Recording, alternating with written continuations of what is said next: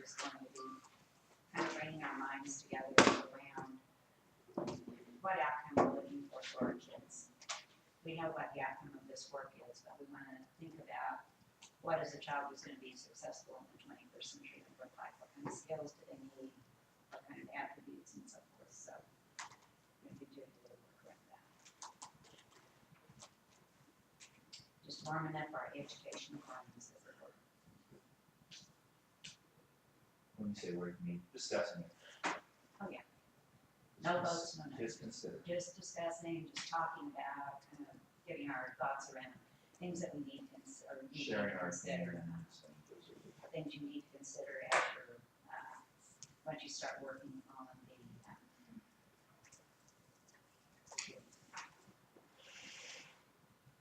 keep in mind.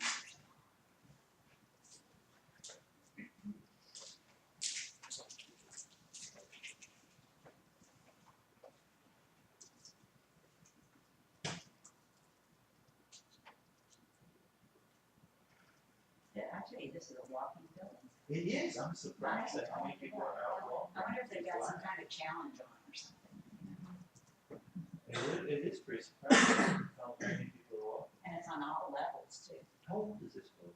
I have no idea. I was the first time. Would What'd you do that? Good one.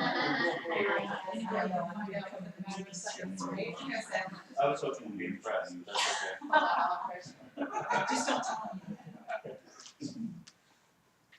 You know, when smartphones came out, I almost felt like Batman. Had your own little. Yeah. You could find anything out anytime you wanted to.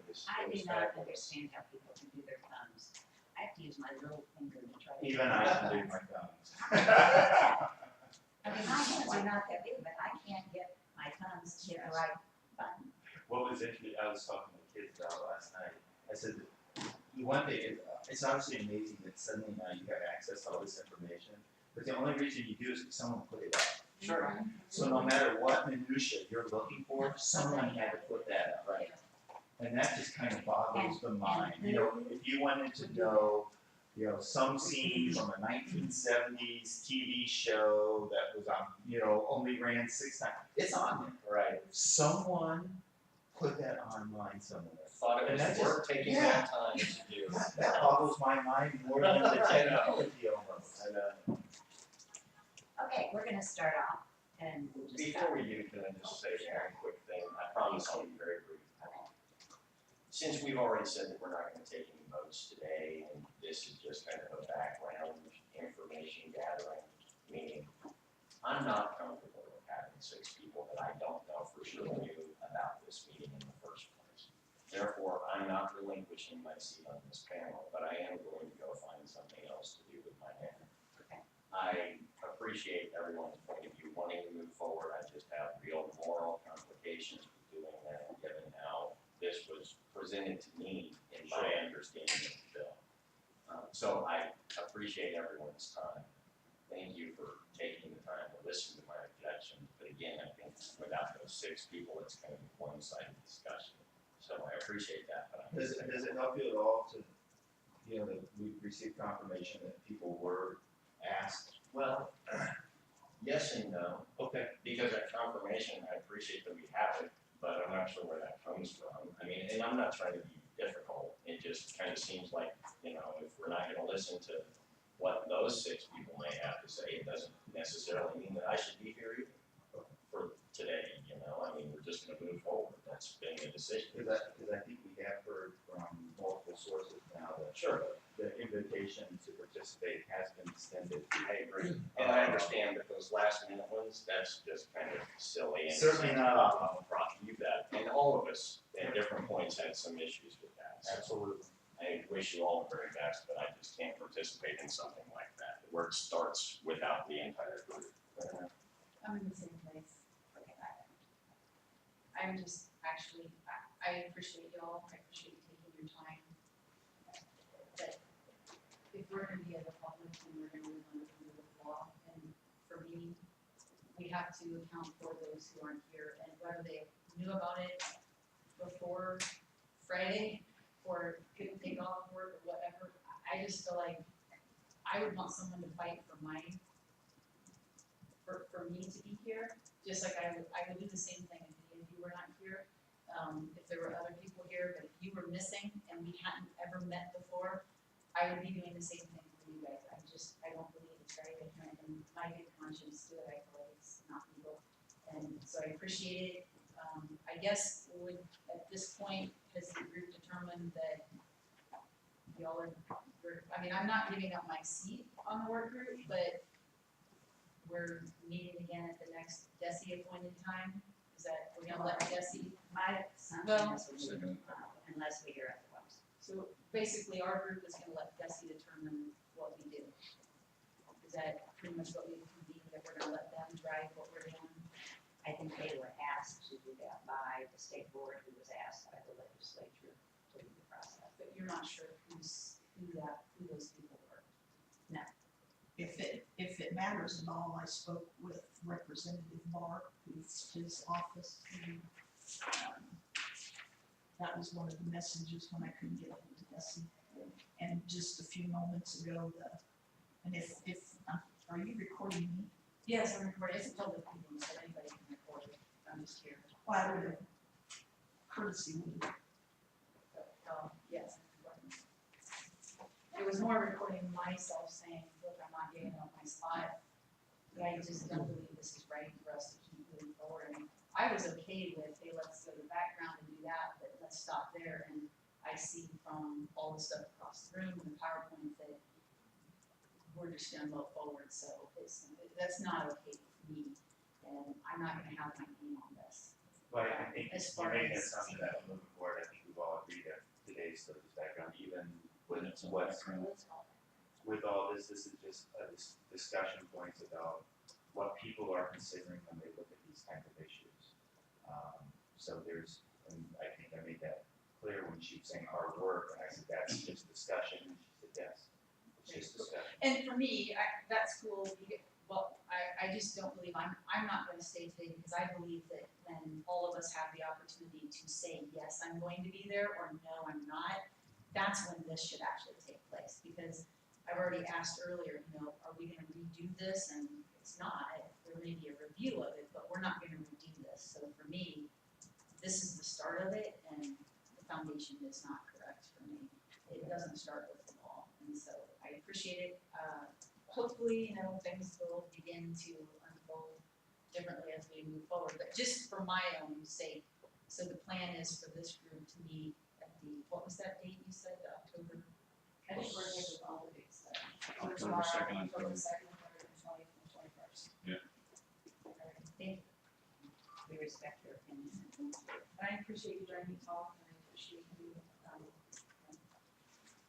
being here.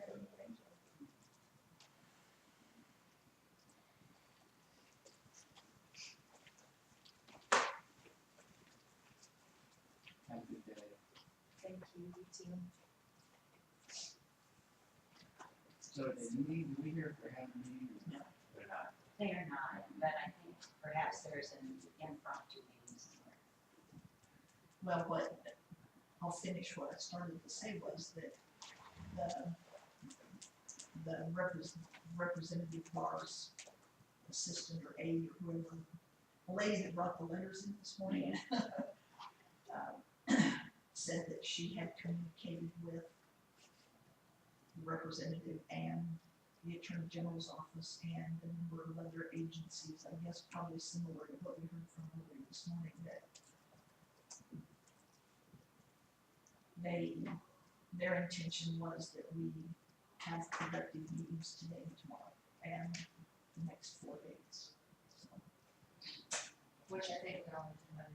regardless of the number of people who attend the meetings. And so I think that from my position, I think, going forward with, let's continue with some background information in terms of I don't think we'll do anything to vote on until you tell them Right. we're going to. nothing to vote on, just background information. However- Open discussion about the variety of issues that are involved with social studies standards at K-5. And then perhaps you could get some follow-up information We're gonna all meet after this evening, so I from should the other know more. facilitators about tomorrow's day. So, and my understanding is that all of our groups have been through a similar process than that we were through today, with some of these. Is there any, I mean, if there is a meeting at one, do we need to also, should we be There discussing is, over? no, there is no formal meeting at one. Representative Mars A was the one who tried to schedule a meeting. Her thought was that after she walked around and heard some of the conversations going on, that maybe a group meeting to state some unwritten expectations from the legislature's side to the whole group would have been productive, but there was apparently a difference of opinion at the leadership level of the House, and so the meeting was canceled. Okay. So background. This is probably something you've seen before, educators, that if you haven't, you'll enjoy it. And this is the 2014 version. Did you know? Some of you seen it, did you know? I was hoping it was a cat video, but that's okay. It's bad, sorry. Okay. Thank you. It changes absolutely everything about the way we live. You can have a- The way we live. Even the way we talk to each other.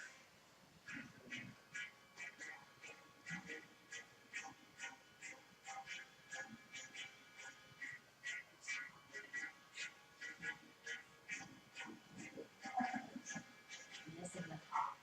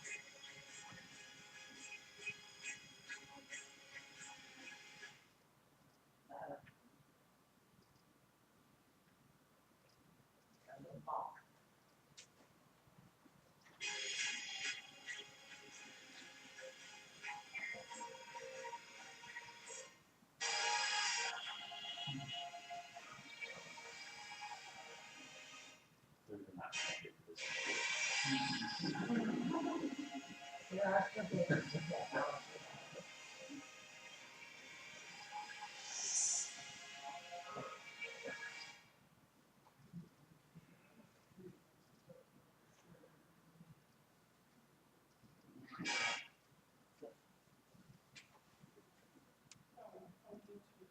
It's just so stupid. Well, I wasn't doing it earlier, I wasn't able to get it to do it off, and that was.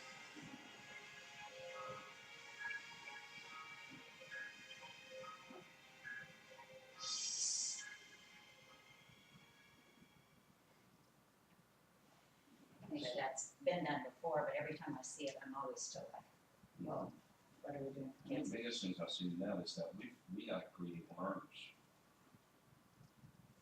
We've got to create learners, not test takers. Because if that information changes that quick, we have to know how to adapt it, how to learn it, how to use it on a repeating basis. And taking a standardized test is not going to do that. Other thoughts on applications? You know, what we're teaching in second grade may not have any bearing on what they need to know when they graduate high school, for sure. But Oh, no, what you and I did, or what you're still doing, what I did, well, we got to build a solid foundation. We got to have a base knowledge of facts that can be built up on and make them learners at that age. Because if they don't learn by the time they get out of second grade how to learn and just fill out a paper and that's it, we lost them right there. So we got to have a solid foundation, which brings me to this. The learning has to be age appropriate. And a lot of what I've seen in Common Core, in math, and in language, which, whether we like it or not, is tied together because of these things. You know, when you expect a kindergartner to do a 3-sentence paragraph at the end of kindergarten with a main idea sentence with it, you might get 2 or 3 of them to do that, the rest of them don't. So what are the expectations there? I taught kindergarten for 16 years, and I think a lot more of them can. They than can. Depending, but I would, you know, in a world where the facts and information are changing so rapidly, is it better to teach facts and information, or is it better to teach thinking that can adapt to changing facts and information? That's the learners. That's the critical learning. But, and I think you're kind of talking about a couple different things, because even, when I go back to when you said about second grade, I don't know if I can agree with you on that one, but partly just because I actually think the biggest thing that a lot of times we're teaching still in second grade is reading. And so much of what we're doing now, I mean, I think that one of the biggest focuses I keep looking at, you know, as a principal, when I look at my K through 2 especially, those primary grades where I really still think our biggest focus has got to be on reading. The ultimate goal of reading is comprehension. So that comprehension, because most of all this, like the information we just took in, and one of the arguments I keep talking with our teachers about it, is I think in many ways our kids read more now than anybody ever has, because they're reading text messages, they're reading Facebook, they're reading Twitter. Everything there's less verbal communication and more actually reading. So as they're having to be more proficient in reading, writing, and language arts, because everything is done through that form of communication. If the world really does start to flatten out, how are you going to speak to someone if you don't speak the same language, but through something that can translate it for you? So it's going to be a lot of it is like reading and writing.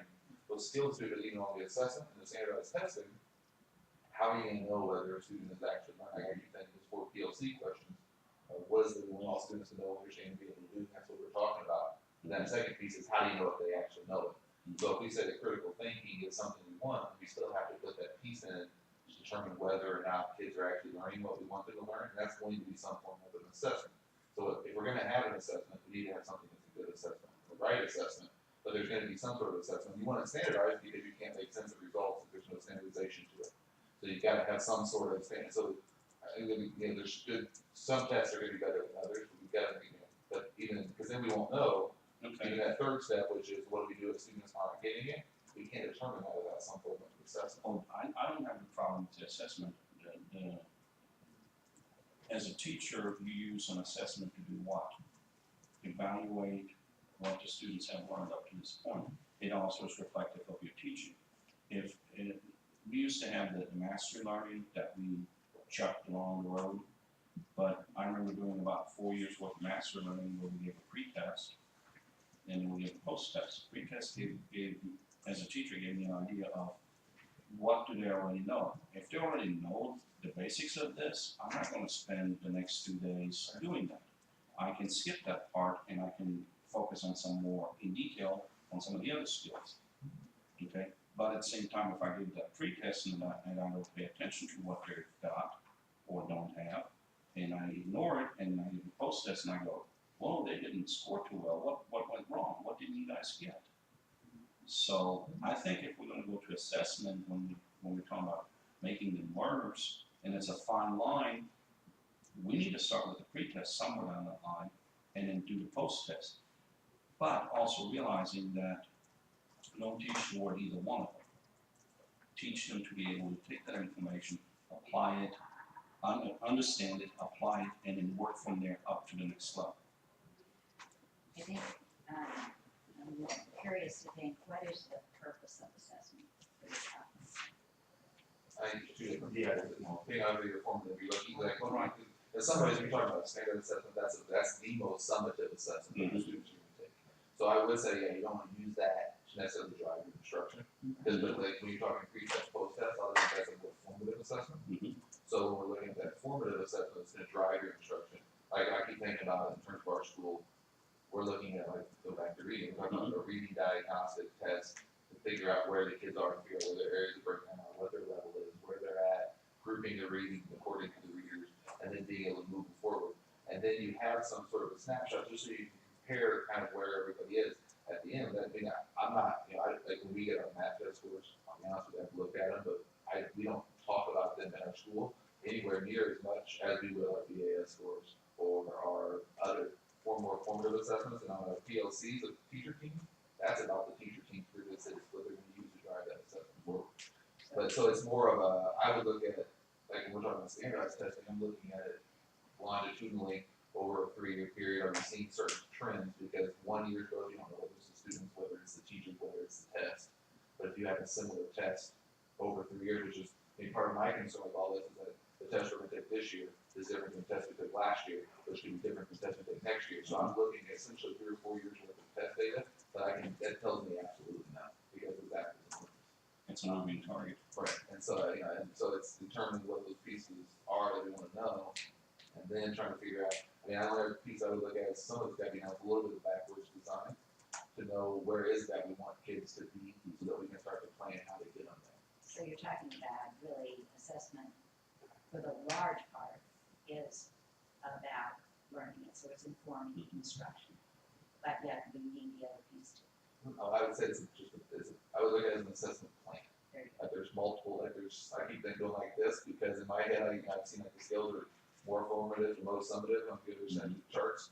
So I think depending on what we're talking about, it's hard to say assessment is this because it depends on what your purpose of giving the assessment is. If it's something to see a large snapshot of where we are in terms of a building or in terms of a grade level with comparison to everybody, to kind of get a better, just a bigger picture, or is it, again, those assessments that you're giving to drive your instruction? Those are two different things. And I would agree and add, not only do we need those skills, not only do we need to focus probably more on skills, a little less on specific content knowledge, more on critical thinking. If you notice, that video was produced by IE, International Education, and a lot of it was focused on international trends. And this is the social studies subgroup, and we've already fallen into the Common Core reading literacy component, and not talking about that. In terms of social studies, where does social studies fit into this overall scheme, and how important is social studies to the young learner as they grow to be the citizen in the future? And for me, that's one of the things I take away from that video, is along with everything that you've said, but that we can't continue to allow social studies to be devalued in our elementary curriculum. Definitely. Because this is about social understanding. Yeah, this is social studies subgroup here, and the world is in some ways, looks like it's gonna be a flat world. I don't think anyone can really debate the fact that we're interdependent at this point. What happens in the Middle East definitely affects us here in Missouri and our nation.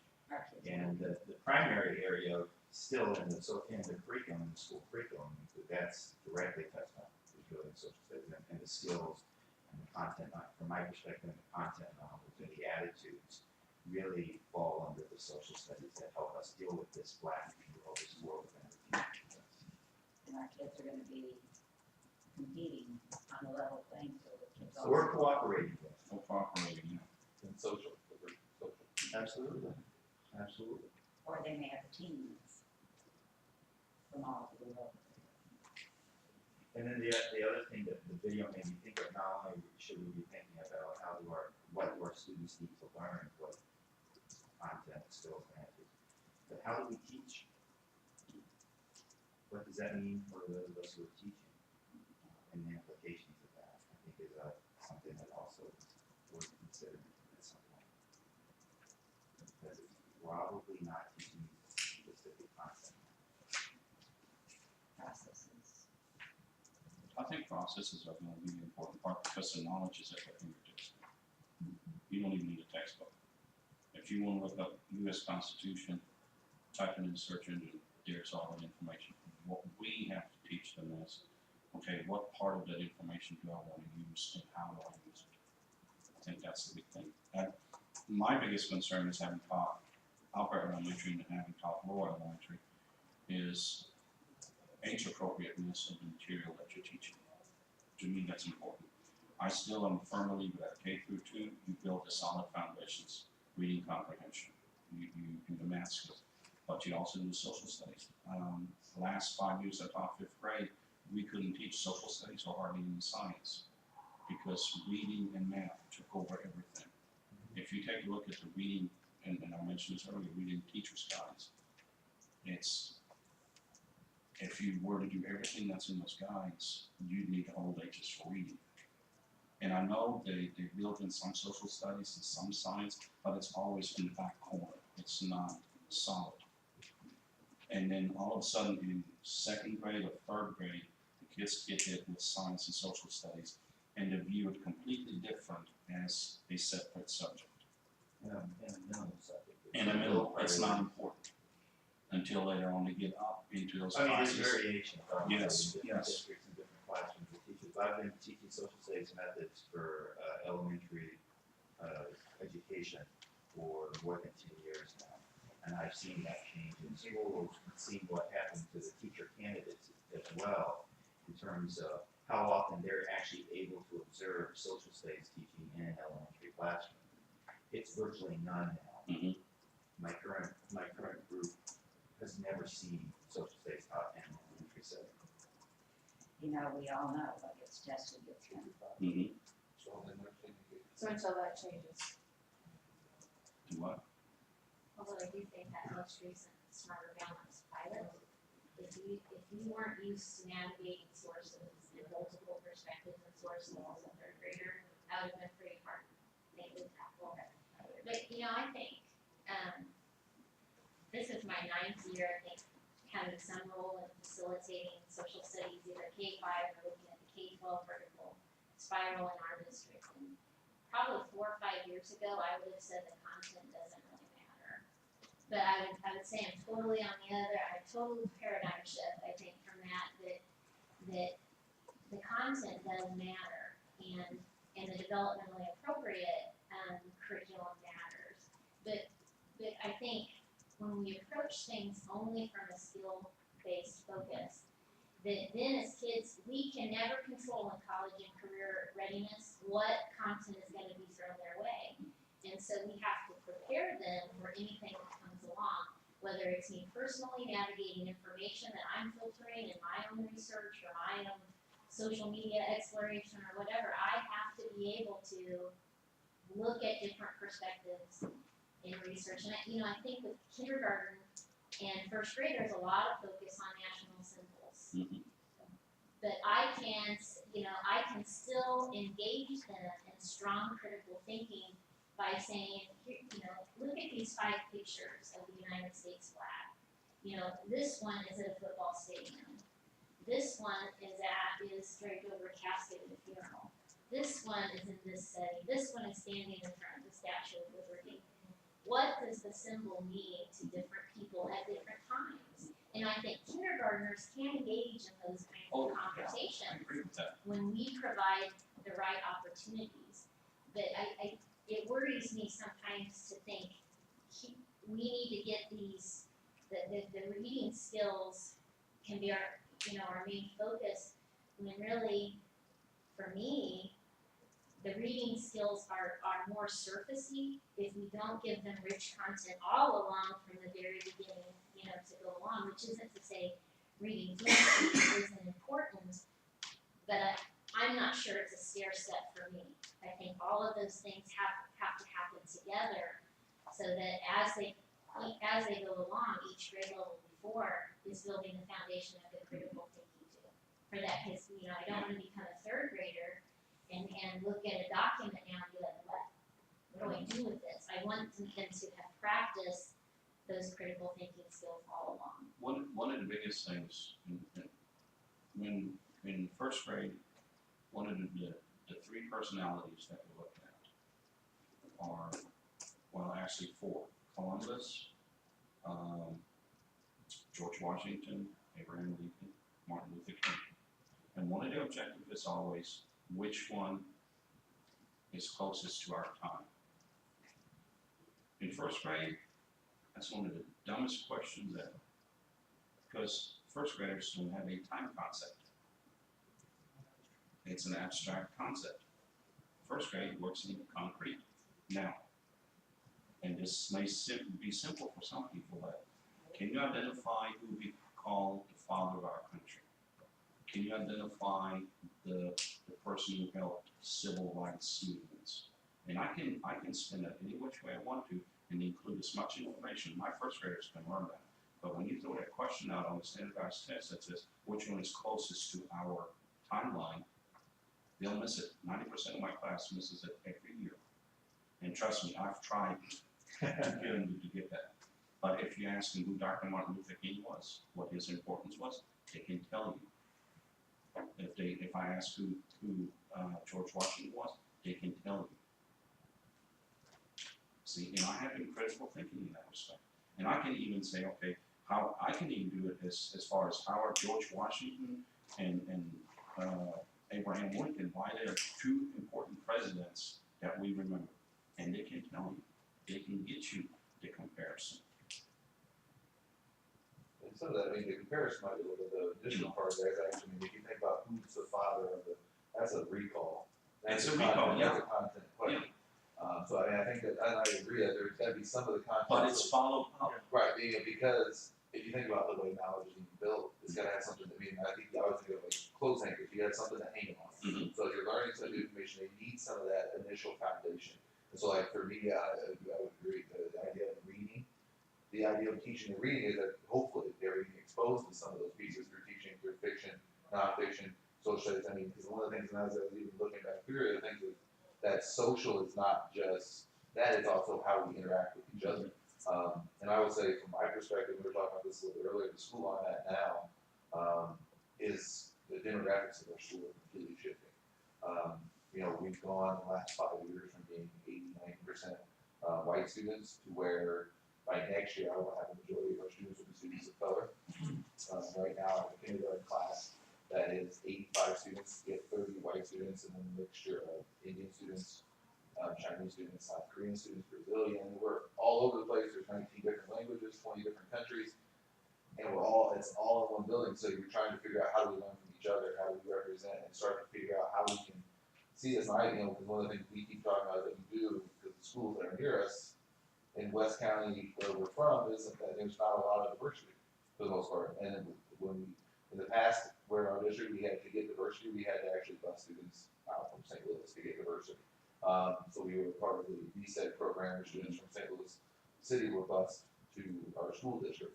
And so we would have that, but now we've got a whole different mix. And so we're trying to figure out how do we learn from each other, how do we interact with each other, how do we represent and respect one another. learn from other people's cultures and learn some different things, but then also create a common understanding of both our school's culture as well as now that we're all Americans, how we're all working in the same culture within whatever within operating. So I think that when we're talking social studies, there's so many different complexities that become a part of it. And I do think that as we start to look at this, eventually I know we're not doing it today, but as we start to look at all of it, it is going to be that what do we want? Where are all those citizens? What are we talking about at the end? And then trying to figure out how do we build that ladder for some of those kids. And I was looking at it earlier, just refreshing my mind on how because they did it K through 8. But at the end, what is it that we're really wanting kids to know and understand and be able to do? And then how do we build that system so that whether it's a stair step or whether it's a spiral staircase that we're going up, trying to make sure that the kids are building those skills and the knowledge as we're kind of building that together. Which is why I think the other group, we need to know what they're saying. One thing I want to clarify, when we're talking spiral, okay, spiral means you're starting from the bottom, you're coming up, and every so often you revisit the skills that have been taught on a lower level. It's not always teaching mastery, right? I mean, The other spiral that I've seen is that we introduce a skill, and even though the kids haven't mastered it yet, we're going to hit it up here again. On the lower level, from my observations over the years, that's a mistake because you don't have a base. Give you an example, and this is not social studies related but math related, but I can see it happening in any subject matter.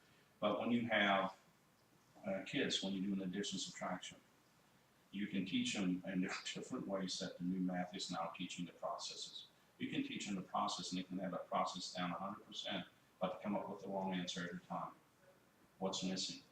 Your base knowledge of 4 plus 4, and things like that. And a lot of times in some of the curriculums, they're not built in, they don't have that built in. It's an assumed skill. So like when you teach American history in 5th grade, 8th grade, and then Yeah. And I can see that spiral happening there because I used to teach 5th grade American history. And that was when MMAT started up. You Native Americans all the way through the Civil War. And that's it. Thousands of years of the history that you're doing in about 8 months. Yeah, and that's what it is, But I think you can categorize it by 5th grade, we're going to do this strand of it. Then when you get 8th grade, you're going to build up on that again. But I agree, the critical thinking skills have to be in there too. And I have no problem with that as long as they're still age appropriate. And here's the other thing, how do you deal with subject levels like social studies that when the textbooks are written on a grade level that's 1, 2, 3 grade levels above the actual grade level that they're using? We don't use textbooks. You give it to everyone. And see, that's the thing here too. Okay. Okay, so again, is that something we built into this? I think that's a district, I think that becomes a district. Is that going to be district decision? So we're not going to put that in there, right? No, I don't Okay. think you can. We're just going to look at the standards and. Yeah, once you start getting into materials, I mean, that's, you're gonna end up, some of that's a little more control. Okay, you're saying what you Even the Gleason, are adapted by the district. Yeah. So they don't even take what the state has outlined Okay. as the standard. I just want to make sure. Okay, let's take a couple more comments about that, and then we're gonna do another. About the video? Or that thoughts that came to you from the video. I think it highlights, and we've talked about our district, if you can Google it, should we assess it? And we've had that conversation multiple times. So if we can Google it, should we assess it, right? And I think I'm more in line with you on you've got to teach the content. But you have to marry it with the process. You can't divorce the two. If you're doing both, then I don't care. I don't want to see a question on what color was Grant's white horse. I just don't want to see that kind of level of thinking. But when we're thinking about scaffolds, do kids need to know their presidents in order? Well, it's a scaffold to hang history, but you can Google it. So I mean, you can jump off the jump off on both ends. There are some pieces that every kid should probably know because that's who we are foundationally. If we're going to understand where we live in this video, then we've got to understand those pieces.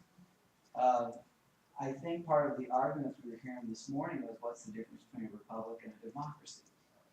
Well, we're not, I mean, this is a representation, so, I mean, we're representing a whole group of people, which is a democracy. So, I think there are pieces that we have to still teach at the K-5 level. Not that, but there are pieces that we have to teach at the K-5 level to give kids the foundation for moving further. But unfortunately, so when we started testing, when US EOC was given, we started teaching, we divided US history into 3 years. So we teach US history now at 8th grade, 9th grade, and 10th grade, where we can do well for a test. Yeah, and so we've broken history into such discrete pieces, we're killing the kids, and that's not working either. So how do you teach a process that, you might go to the NCSS national meeting last year.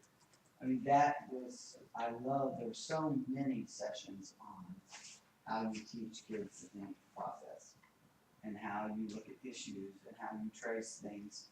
But to do that, you have to understand some basic concepts. I think they have to go there. They didn't have people saying that you have clips, or I always say they gotta have something to hang their hat on, but you said it the other way. I could, Coat hangers, so that, yeah, Right.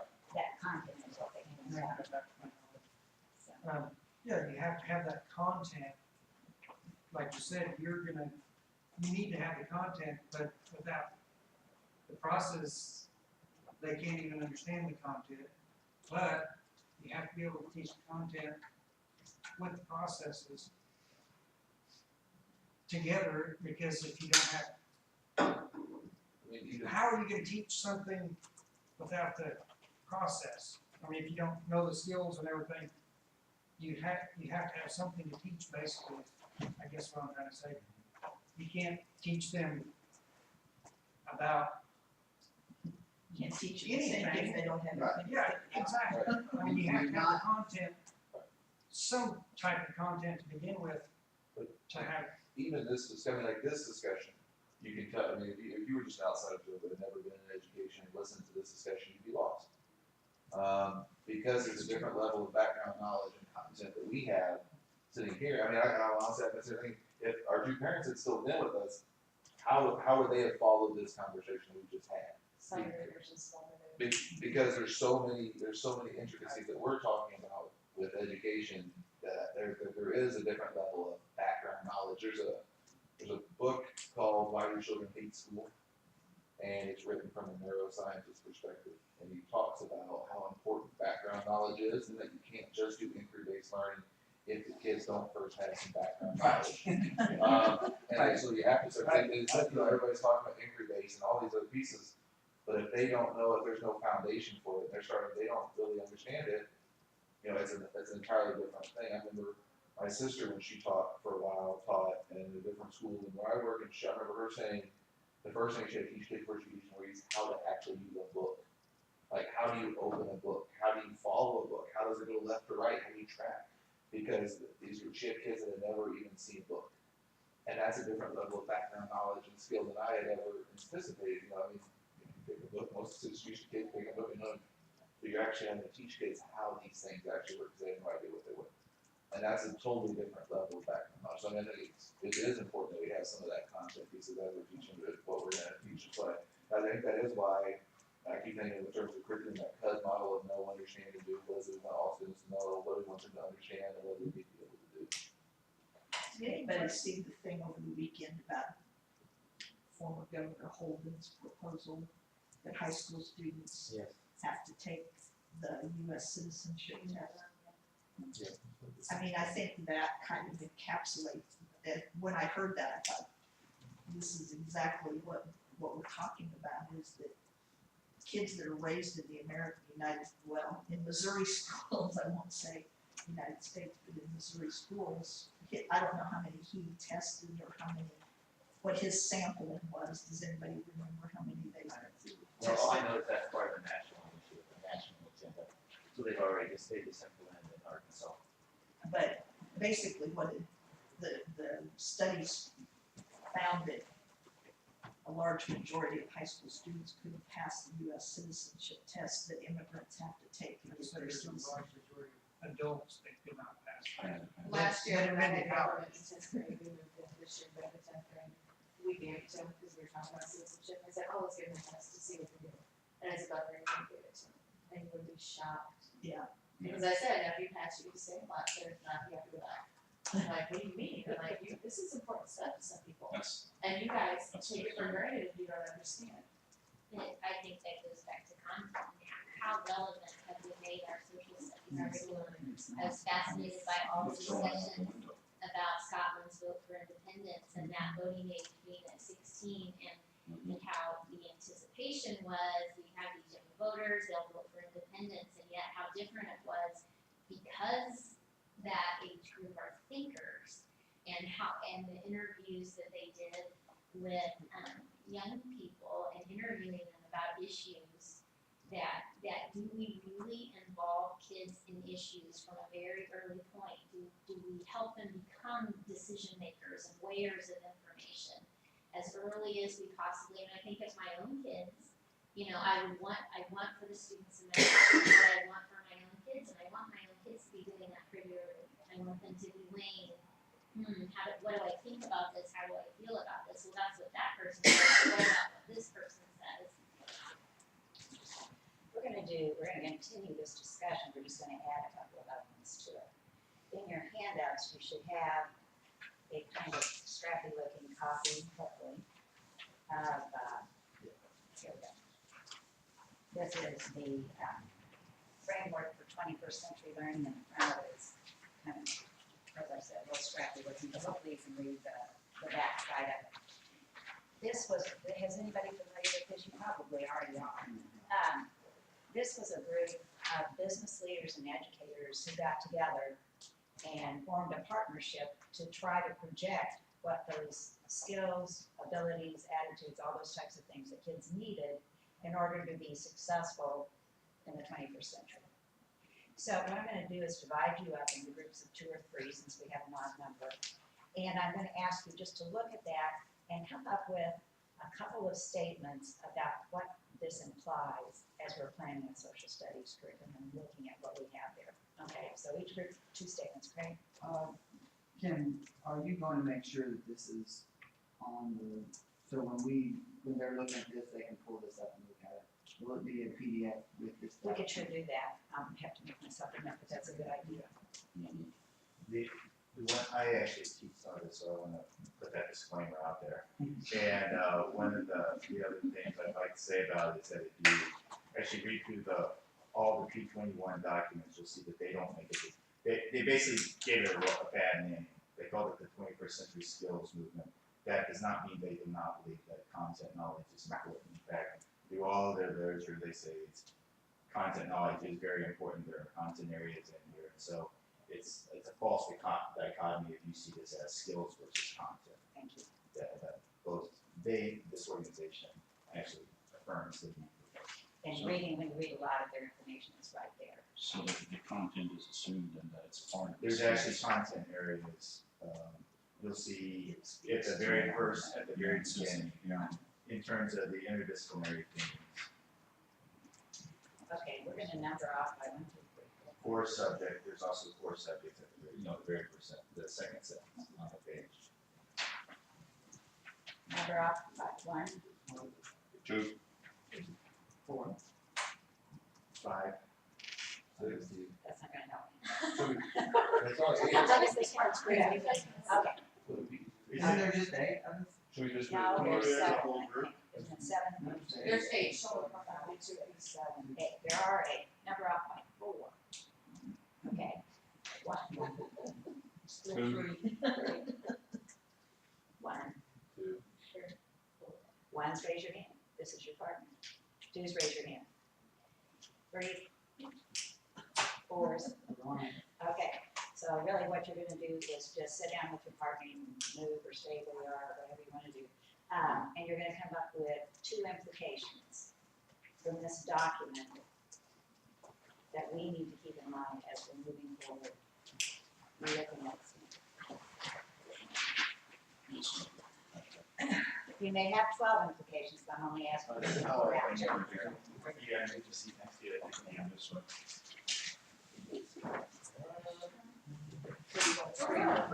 Just don't knock over my coffee. Wanna go over here? Where you want to go?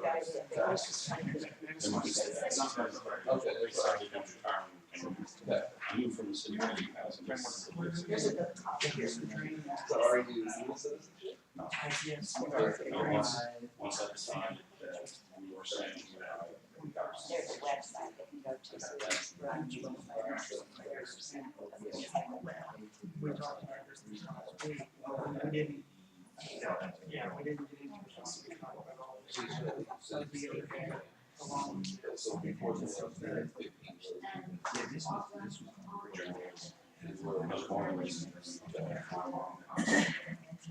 I'm fortunate. Was your mom? Okay. so I went through the process of small way. So they track. It has a national, they basically have to call that, they get one through the common source. This was common going across the common core. And the focus plan.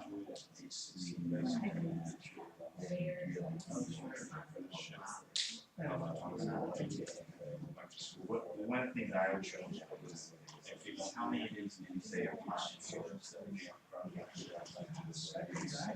what I was looking at. You went over the year,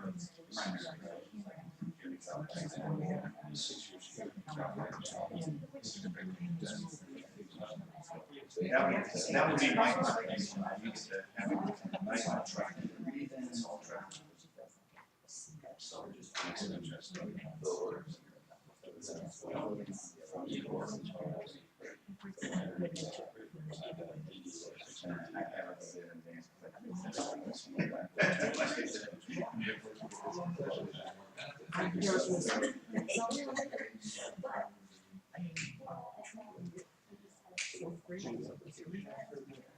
Most part of it, there is. And all the other grade levels of qualification or some sort of certificate.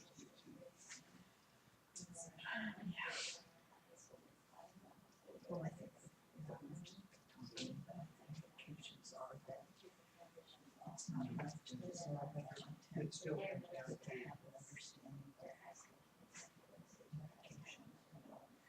make sure the program is when we're teach. That's a concern, right? How do you teach? How do you develop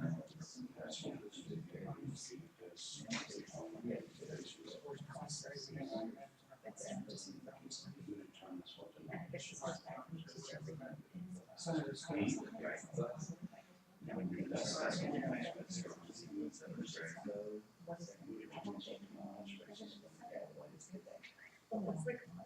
It's causing.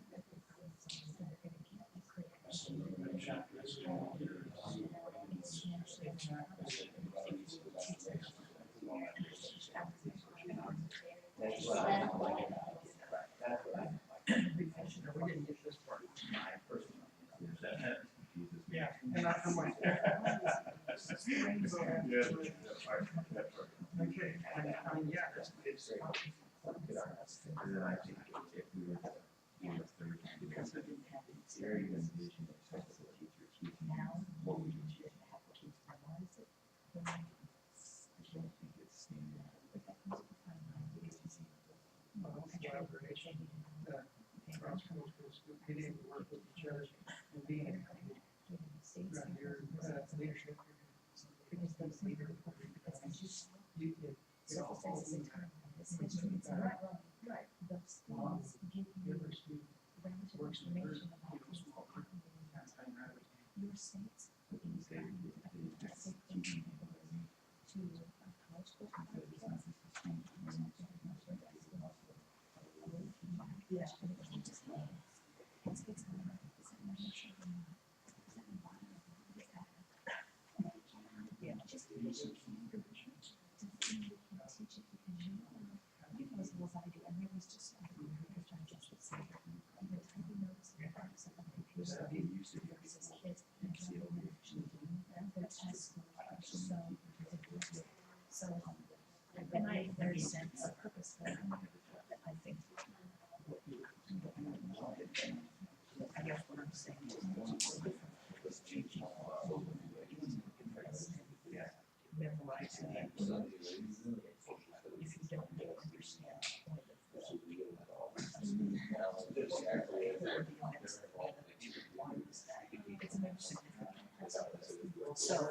Well, there's no.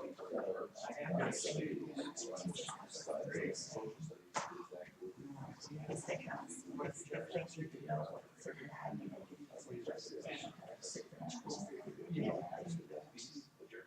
some resource, but they have to know.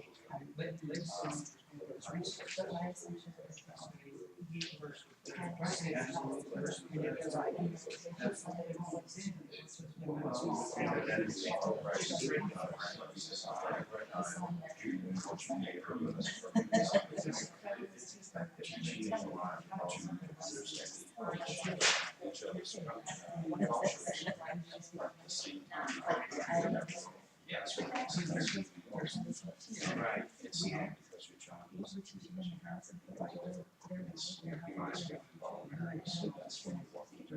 we still respect your culture, we still respect your business. Well, and just Right, same time, you are now in an environment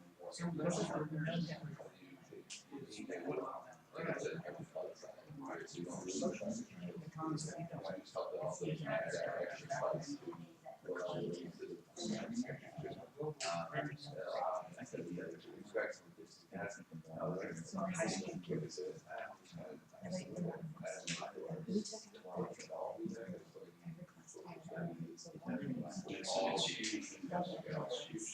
huge, it's most important.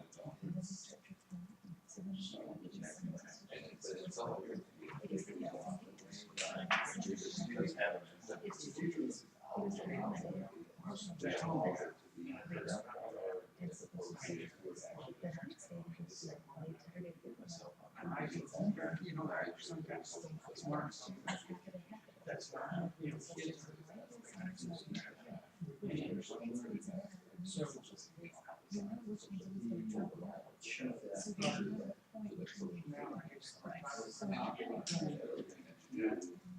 So.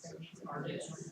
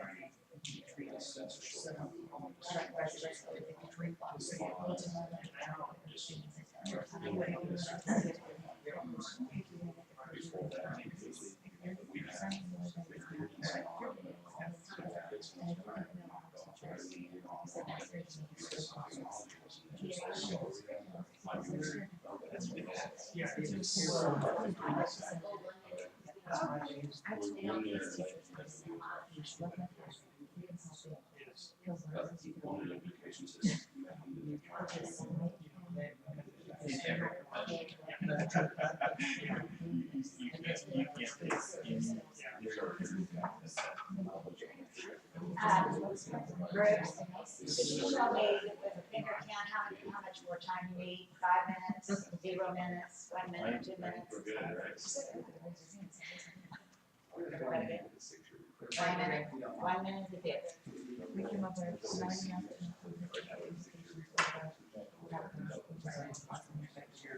And I understand how to information. So rather than trying to keep up with it,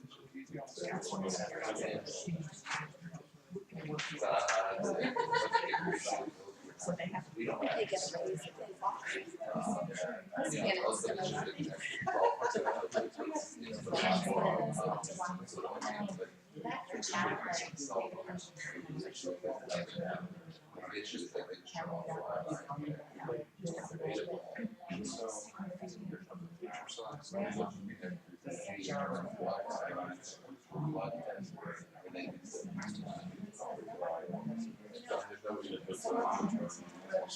it is, but you know, I think, yeah. Brings you just too many.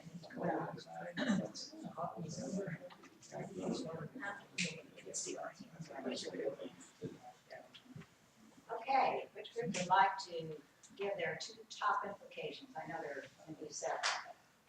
Pick a couple of top ones. If you haven't chosen them, do that right now. Give you another minute. The technology has to be available. Every student has to have access to the technology in order for it to work, Continues to be a problem. and that's huge.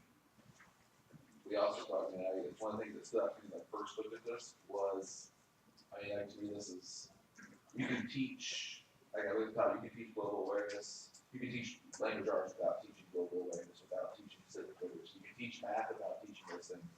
But for social studies, from the social studies perspective, social studies is woven into all these other things, and so social studies seems to be the part that's kind of standing out for all this, because these are social studies skills, and, you know, but and it's the one thing that seems to be to kind of be the glue that binds a lot of it, and that's what we're talking about. We are the social study, and it's studying about who and what we are and what we do. So it's that common theme that seems to run through a lot of these. Interesting. Other group?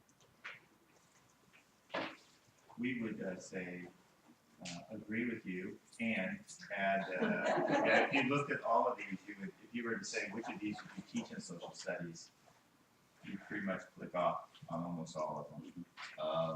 But our and would be that there's probably an impact here not only on learning, but also on teaching and how you teach in terms of what methodology you would use, what kinds of activities you would have students do, what outcomes for students would look very different than a lot of times what we see now. And then also, how do we make this, how can you teach this and keep it developmentally appropriate would be really important for us, is that we maintain that developmental appropriateness. So really an alignment. So Right. Make sure that it's being taught, but in a fashion that builds on itself. And also that met the developmental level of the child. That's right, by Gotsky, Piaget, et cetera. You know, not to ask children to do Be in the something that's zone. beyond their zone. Okay. They get it? I love that she was talking about, really the life and career skills are the application to the top pieces. So how, and you work that into, as you're teaching and how kids are processing, that work into all of those pieces. So it does affect, instructional decisions, because you're purposefully working that into what you're doing. And the other piece is really, we were talking about how sometimes we want to jump to the top of rooms when what would be developmentally appropriate or what needs to be there before you can move up the ladder of rooms is there's some discrete skills and content that kids need to know, which fits in that first piece. Some of that encouragement. And I would add to that, based on our conversation and then listening to comments over there, that, you know, I think one of the things I struggle with as a coach is that we used to always say, the curriculum gives you what to teach, but how you teach is up to you. And I think that's changing a little bit. You cannot lecture for an hour anymore, because kids, no matter how good of a lecturer you are, and I love to listen to lecture. I'm a person who can come and sit and I love that. That fascinates me. But you can't do this anymore. You can't do that alone and for long periods of time and hope this happen. And I think that's a conflict for teachers, that there are some things about how I do this that really probably are not so much my choice anymore. That impact on learning is a teller. You're talking interactive teaching styles that have to be nurtured and brought about, Which is connected to assessment. right?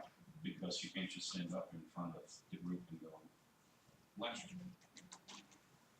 And to add to that, not just developmentally for them, but also meaningful, because if what you're teaching is age appropriate, and there's no meaning, they can tie it into their real life, and the implications of being able to apply it, which was one of the things he wrote. It's not enough just to know the content, but the implications, the cause and effect. How do I problem solve? How do I take that base knowledge that I have and build from it and figure things out? I think it's big. Eric Jensen says if you can't make it relevant, then you shouldn't be teaching. And so how do you, even those pieces that you think, well, you just need to know this, well, then you should make it relevant. And that forces us then to rethink our instructional, how it fits in. Yeah, actually, 2.1, you mentioned Bloom's, they say we need to rewrite Bloom's, need to add to it. Because Given that it was. need to add to it, like Googling. Well, and that's what, you know, some of these comments make me think too, that a lot of our teachers teach the way they were taught. Well, they learned their social studies through rote recall and memorization, and that's no longer relevant to our kids. Then is, you know, one step in this needs to be helping teachers understand how not just to regurgitate the information, but to apply it. And that's a whole different way of teaching. Another thing we could talk about too. Remember back in the day when as a teacher you wrote on the board like 8 to 9 is reading, 9 to 10 is math. Everything was given, I know you laugh, I'm old. Everything was given equal playing field. Reading is just as important as science and math and social studies. And with that all shifting, it's thrown in the corner. So if you say to me, if I make it a math test, if we test social studies, and that will make teachers put more importance on it, then I say go for it. I don't think it's a great solution, but from what you said earlier, if it's tests, that's what we teach. We're not teaching science and social studies. So we're not able to give it meaning, and we're not able to instill in our kids the importance of it because it doesn't work in the schedule, or it's not what we're tested on, or whatever excuse. So until you make Not relevant. until you make that playing field level, our kids aren't going to say, oh my gosh, I love social studies. But I think what you hit on too is the rigidity of scheduling. You know, on this day we're gonna be here, and we're gonna be here and here, and everybody gotta be on the same page. There is something to be said about flexing the instruction, like combining the reading and social studies, and it's gonna take more than that allotted time, and allowing that time to be there. You know, and I did one of the experiments with 5th grade. I taught the history book from the back to the front, and I did a cause effect style. Now, when we took I think we still took the ITDS at that point, my kids scored as well as the other kids, a little bit higher than the other 5th grade classroom. But, you know, so kids will learn, but the relevancy of it is key in this. The days of a teacher sitting in front of somebody, like you were saying, lecture, a kid after 10 minutes will go, I'm done with you, I can look that up on the internet. And that's why I say, make sure you have that accessibility where you as a teacher you can change that strategy and say, here's the topic of the day, I want you to find the information, in about 20 minutes we're going to discuss this. What do you think is important in it? Why do we think we need to have this? And put it fully in the kid's lap. And as a teacher, also be aware of the fact that you might come off the wall ideas with some of this stuff, but you're going to have to accept it somehow. You know, and that's again teaching, but it's also expectations. So we can incorporate all these things into that. And I agree with you. Social studies is really sticking. So if we had to summarize the general trends of what we have been talking about today, the general thoughts that have kind of bubbled up to the format before our break, what would those be? Because I'm kind of hearing some topics that seem to be really standing out. Let me mention one. Teaching what is appropriate for the age level of the student. That would be one trend I've heard over and over. What are some others that you guys are reporting? Meaningful relevance, yeah. I would say it's content and process. I mean, we've thought a lot about content and process and having a balance of both. Making sure social studies gets taught. That it rise bubbles to the top instead of the bottom. And see, my son is in 3rd grade, so what he does on Monday, all day long, he is reading and social studies. And then on Tuesday, he goes to a different teacher, all day long, he's math and science. So I don't know that is supposed to allow more time in the schedule to his science and his social studies as theory. But to me, it's disconnecting. I'm more of a thematic learner and teacher myself. It's disconnecting everything. And it's all over the place in different schools, I mean, some schools Right. do that, some schools do it, it's the fall, so we're doing science. And Oh, wow. for some units, for some, once or twice a week, in the fall, and in the spring, we'll switch that to social studies. So it's, I mean, it's all over the place, district by district, when social studies is taught, and how much social studies is taught. And that's not good. Give you another example. You were mentioning it, fall, spring. Why in the world do we have plant studies in the fall? After they In a lot of science. sold out all the gardening stuff. Right, exactly. And you have to go as a parent, you gotta go get And mine. But you would this is- never do that this is- with any of that. No, but see, this is one of the things, again, sometimes it's gotta be time appropriate too. I always took that first chapter in the science book, I moved it to spring. I mean, just because it was first chapter didn't mean I have to start there. But teachers a lot of times go, well, first chapter, we're doing plants. But I think it's because sometimes teachers look at that textbook as a curriculum. Yeah, And Yeah, say, yeah. instead of this is So- your curriculum and that's a resource that you can draw from, that this is my curriculum, this is what I'm obligated to. So we're talking about teaching techniques and strategies, the way we teach and when we teach. And it really highlights then if we want teachers to be focused on what we end up producing, or what we bless with what we have and move forward, whatever we end up with at the end of this process.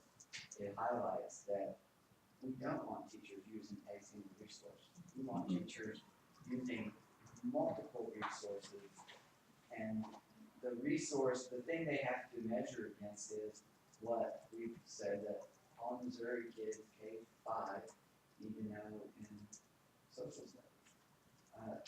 So it highlights the importance of really what we're doing. Something that I think we've all, at least I haven't heard anyone question, was the assumption from the video is that the world is changing.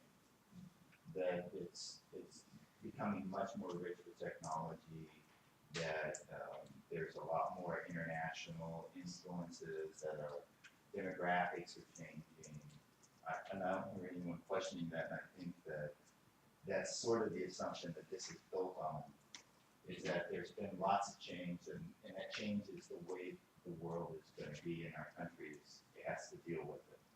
Is anyone, I mean, is that an assumption? That's kind of another one of our themes we were talking about with Right. others.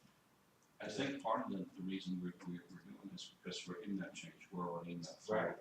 Right. So I mean, I there's a certainly stream. believe that, I just wanna make sure that, Yeah. that we understood that was kind of, I think that's an assumption we're all operating on. We're in a stream. I mean, we're not on a bank anymore. We'll get that stream, we're going with it, if you want to use it that way, yeah. And that, to us, it's normal. To an outside person, it wouldn't be. So it makes, I'm sorry, No, you go ahead. again, I keep coming back to our purpose. It makes our purpose then that much more important, because kids have to have, we have to ensure that all Missouri kids have a foundation, so they can navigate the waters of international thought by the time they're out of high school. And so we have to provide the K-5 foundation of what every kid needs to know about civics, and what every kid needs to know about their history, and how they work with others, so they're ready to move into. Find that foundation so we can build these life and career skills. Right. I think that relevancy piece comes in with current events, because if I'm studying history and I can see that on a smaller scale, revolution happens every day in our country. On a larger scale, it happens in countries around the world. And so I'm studying these things because I have direct impact as a decision maker, as a voting decision maker, as a citizen of my community, my nation, and the world citizen. I have impact here. I have a voice here in how this all plays out. And so I have, I'm passionate about, I have an obligation to seek out information And so I think that sometimes what very loosely in a curriculum says comparing the past and present, I'm not sure is present enough for teachers to have the alertness of, here's this opportunity to tie relevancy into what's happening today. Slavery still happens in the world, it still happens in our country. What do we think about that? What impact do we have on that? What can we do about that? I think speaks to that relevance. Well, speaking of flowing and rivers and stuff. I think it's probably time to. Next segment. So, that's that. You started. Take about 15 minutes, I'll be back at 5 till. And large cups of coffee. That's right. So, that's that part. Yeah. Yep, again, a disclaimer for anyone who's interested in 21st century skills, I do a program, for teachers on global awareness and civic literacy. And part of that, straight out of this, and part of that is actually working with partners in other countries, to learn how to use those. Should we make a list of our 80 minutes? Yeah, I've had several. I think that's a great idea. It's on that sheet that you like to send it on, it's all next to it. We need a copy of You want me to share Google Doc? It just says, okay. Do you know how to bring it with us? I would be more than happy to do a distribution list too. Oh, that's fine. From the emails we got, I don't have everyone, so I need yours, and there's some other people that will join us, I'm sure. Does anybody know where the closest, is there a Starbucks in walking distance at all? No. No. You have to go all the way up to where Walmart is and Target, I think. Okay. And my hotel has a Starbucks in it, but that's like 4 or 5 blocks away. That's not worth it. And if you run. That's the whole point to get Oh, get caught But nobody else is thinking about social studies, I think that's really high school, probably. And I remember going to NCSS conference, I think.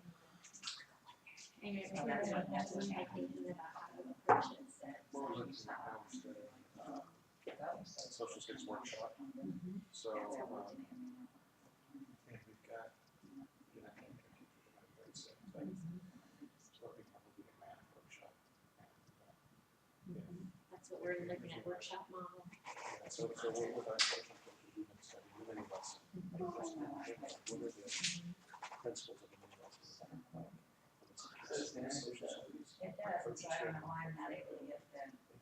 Like my political knowledge, it's just a huge. It's easy to identify the teaching Yeah. point, is we can watch a lot more, because it's a Yeah, skill. that'd be great. So we were looking Since at I'm not able landmarks, to pull it up.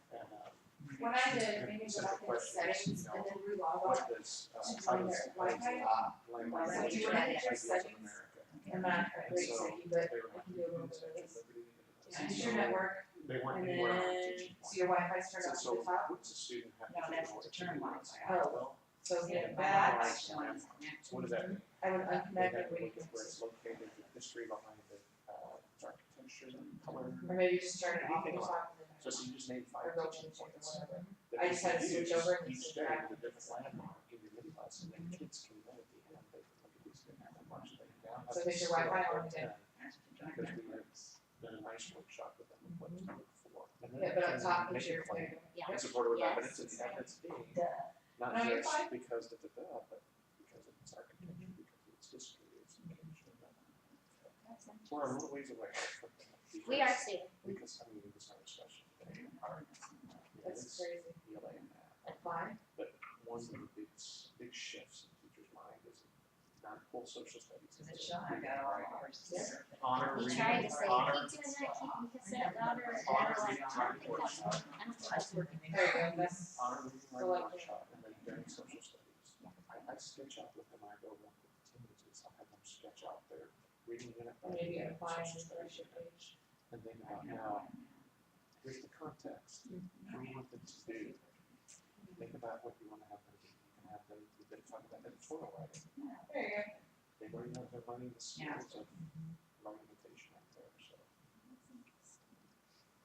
was we have design pieces integrated into the building, integrated into I think that was kind of just turning it off. as we started to work on really live. I think if you're on personal, if you drive, This we started you're to on it for Really things. on the baby stuff, and now it's it makes much more sense to take the ELA skills and integrate them in social studies and those reading skills just so we played this summer and we kind of took the IB science sections and through the social studies groups and had a lot of success. And this could work in a workshop model. Here's kind of the steps. We have to start with the essential question and then we have to come up with a claim.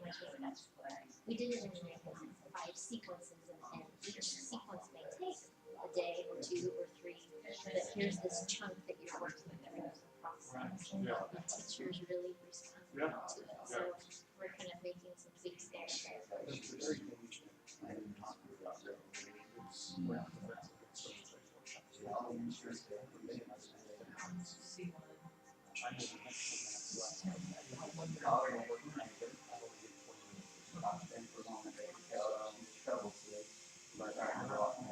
The nice thing is I understand social studies, science, math, along with another person. So we're able to kind of, and we're able to put in a little bit of Change those in the very mistakes in between there somewhere, so. let's see. Yes, because we've been requesting that approach, like the 4th grade, being intense. But in our ELA, we have just like those are our functional text, the text. We played 2 years ago. Oh, So just take the little part that we were able to say, it's like so much difference, like the 5th grade, it's just like, oh yeah, here it is. So we started 2nd grade, kind of with historical findings, those of each grade that grade level. So today we're on really pretty much looks at this, like it's really directly under the 5th report. But for 2nd, we did 14, 16, so where do I put the girls in that? I'm talking early 1800s, I'm talking 1800s, and they, near the end of the Civil War, what was going on with the buildings and being there, they kind of do it as so they have like early world exploration up to Jamestown. So, and then 3rd grade starts in Jamestown, goes through that revolution. And then 4th grade goes into the Western It's hard to get in there at this level. And we individual teachers. Right, I mean, But to do something at the district level. it's hard because the whole new thing about it is now the head of professional development. It was just last year. Yeah. And she said, Second grade has probably been it's like her and coach. So now the whole new, thing. And it was really, I love it when we do exactly what the question struggle. It's a lot of it. There's not an assessment to say so how much. Initial thing comes up, it's just not, yeah, it's not something that's been talked about. And then I can talk about something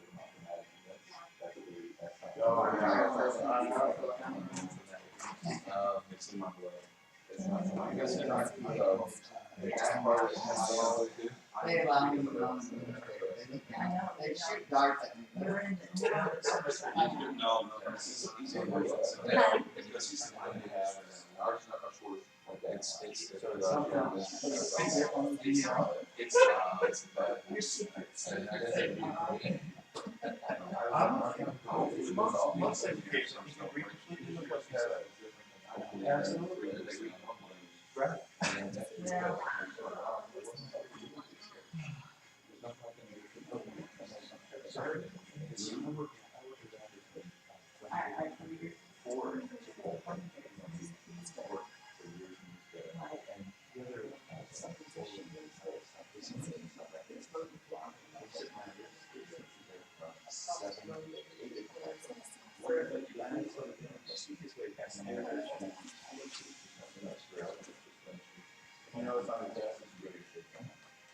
And you just go, yeah. Did you? But now it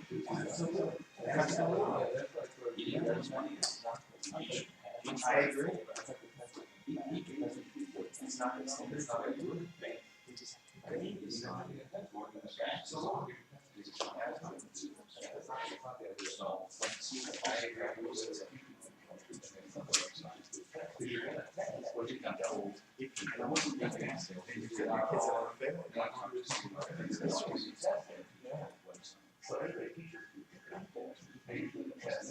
Absolutely.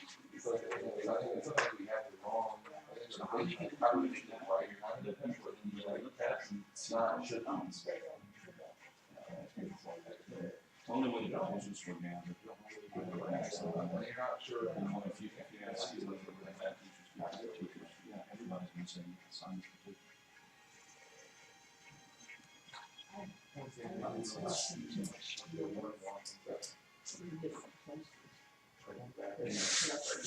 Yeah, they're ready. It's like a challenge. You know, I was looking to see if it was like mine's a step down. I was looking to see if anybody got them. I was part of that. Right. I was looking to see if anybody had them on. They were walking around. With mine, if I sit too long, they see the red lines and stuff. So they've been sitting too long. I just got you know, so there, it's not quite like iWatch, it's like the edition before that, so it has apps there. And I'm constantly doing this, and I'm saying, I don't wanna do that, I'm already doing this. So is that Bluetooth exactly? This, I can't connect it through Garmin, so I can't connect it, like I have to have my phone that'll connect to it, and so it stores all the data.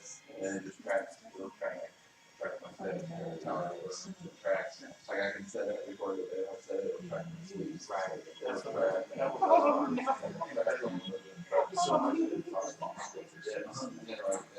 So if I want to do leather, I can go like this. Of course, I could just do this. Right. It's But now I look at it, it's like this little deal, it's like something like that. It's like when I throw over the lines to say you can sit down too long. Are you? Yeah,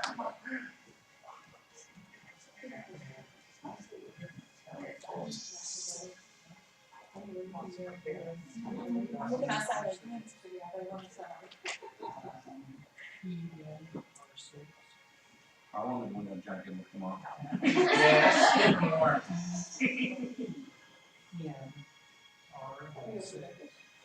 I stopped wearing ties in my fifth grade classroom when my guy got caught in the laminated. You should have taken off when you go through it. You couldn't take it off. It was one of those, you know. It was a real time, it was a real time. So I'm laminating and, you know, laminating when you see something going in color. And there's no reverse on the laminator. So, luckily I had a pair of scissors handy. Snip. And let it run through? And let the rest of my time run through. Have you heard Better that save your life. joke about the guy who had the broken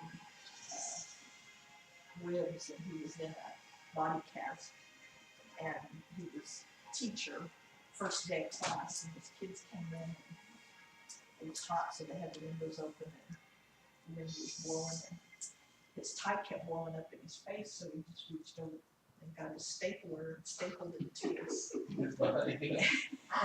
Didn't have any discipline problems. That's funny. But your kids didn't know.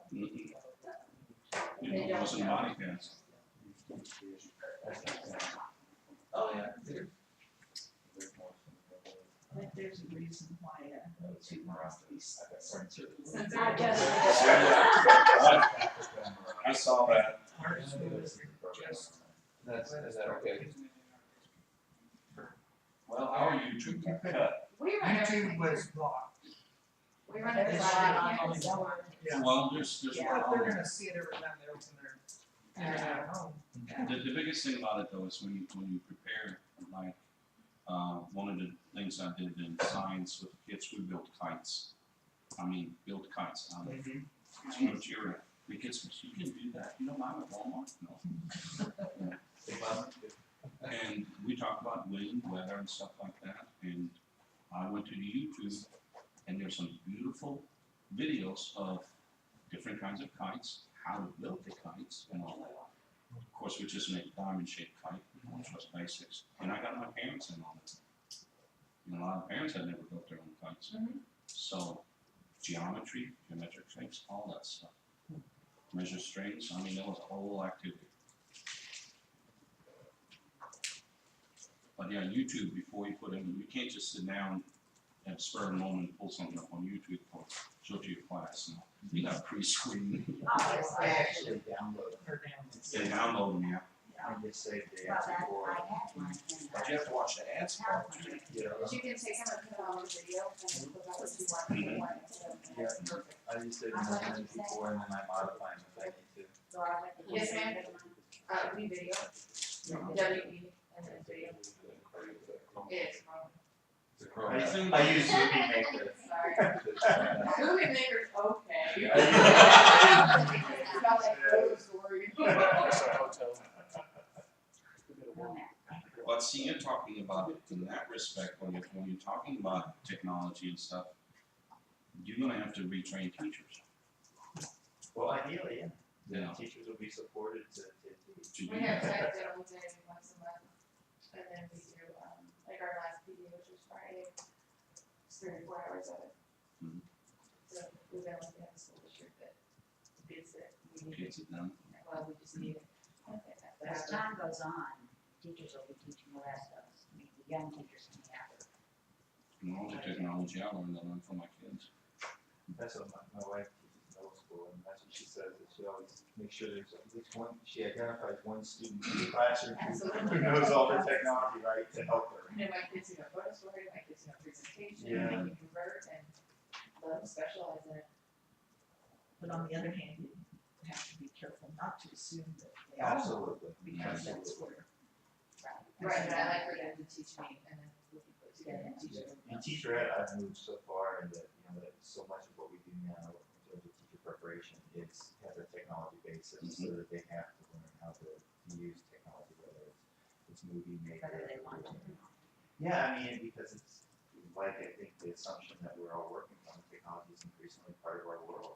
Well, that is how do you learn, how do you learn new technology, because chances are, if by the time our kids are, the kid that's an expert in technology in middle school, or even the college, recent college grad, then you go to a district that uses Apple versus a district that uses Chrome, that maybe using something else. And so a lot of it's how do you learn the new ones? How many of us saw that with the smart board? I mean, Yeah. the smart board was like a Promethean. I had a What was it? Promethean, You know? and I used a smart board all through college, and then my first class, I have a Promethean board. Yeah. What do I What's a do? Promethean board? I didn't know what it was. Or the upgrades on the smart board. Yes.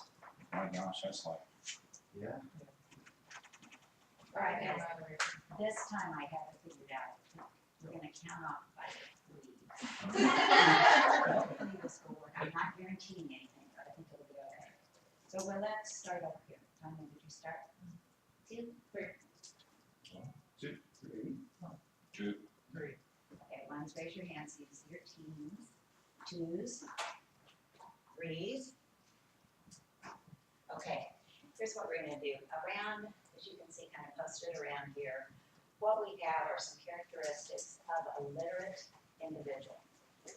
And taking all the things that we've been talking about, we've seen the video, we talked about the video, we have seen that, we've looked at the 21st century skills, we've looked at all this, and we've had some really good discussions around what we think is important on the topic of social studies. So what I'd like you to do now is divide you, we're gonna go with your partners, your group of 3, and you're gonna rotate around, you may not go in order because there are several around, so people in front of you aren't finished, just go to a different one, it makes no difference whatsoever. And you're going to go and write down now what characteristics, for example, you think we want a student who's graduating from high school to have when it comes to understanding perspectives and cultures, and how that fits in, and you're gonna put a social studies spin on it. Is that as clear as mud? Let me explain again. So we're gonna come over here, Cora, to understanding others' perspectives and cultures. All right, what would we want our students, how would we know that our students could do that? Through the lens of social studies. Not necessarily through math or reading or anything else, but just through the lens of social studies. What would the indicators test that our students were there? Not how we would gather evidence for that. No. But Well, What we- evidence could be one of the, ways that you knew that they had that, but it'd be easier if we did evidence. well, no, mine is a huge Evidence help. would work too. Evidence, Yeah. evidence that would demonstrate to us that our student had that. What would they be able to do? What evidence would we accept that they were competent in that area? With our focus, our lens being our social studies. What would we expect our students to do that would demonstrate they could use technology and digital media strategically and capably? By the time they graduate. By the time they go, we're looking at a senior going out. Now, we're of course gonna back that way down because we're looking at the elementary social studies, but we gotta know where we're going before we know how we start to get there. Right. So this is kind of our end game, and then we'll look back and say, okay, this is the end game. Now, what do we need to do to make sure our kids are moving on that path? Does that make sense? Better sense? Hopefully, some sense. Okay, good. All right, so ones are going to be oranges, and I've got another orange if we need it. For you too? Okay, we can leave all that. And greens, blues. And I have more than one of those, so can you get it that? All right, some of that. Okay. And just keep going until you finish all of them. And then go back to your original one, and I'll tell you what to do. But everybody's gonna ride on all of them. You should have everyone. There's one over there. I don't know what he's saying right now. Really like. So I think we're still supposed to be what that is like. I think so. Well, I didn't know that, I don't know how. Pam, That's my hand. is it, what does it look like if they can do this? No, you're fine. What is evidence? What would it be like? How would we? What know? does it look like? What does it look like? Whatever. Not the same We're gonna way, start here. We're gonna start here. We're waiting for you. So what does it look like? Could we start? It's like the elementary. Or we What could does it start look like like? that. What does it sound like, Nobody's on right? that wall. Just to see if I can make it in the dress. You could do all, you can do all four. So now when we have the kids we ask them to take it the audience, the task, the perfect, we just don't have discipline. Right, yes, Your discipline manager. So when you think about the PEs that we give, Do you think our teachers and guys are evaluating so they're different able to perspectives? right, so they're able to Social swell up. Look at that nice handwriting. I like that. She's studying the lines. Yes, she is, I like that. So they're able to It looks nice. meeting guidelines or standards or something along Being those able lines. to adapt to the audience, whatever audience. Customize, socialize. But looking Oh. to the past. So they can- Well, good. wow. So they can, Hey, for your $9.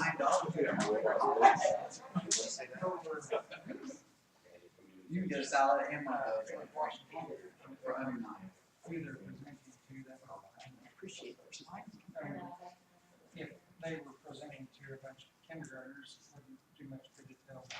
Recognize similarities and differences. So, Yes. Basically, you wanna look, we can have, I don't know how to explain it, but they always telling them children, that you you're gonna make mistakes, just don't make the same as I did. So, you can learn from my mistakes and we can do what you, so looking to get to the past to kind of help guide us. Yeah, people will help determine the direction. You could slide, you know, probably Helping those evolution of different cultures. Because it could be multiple things. You don't want to Just have all.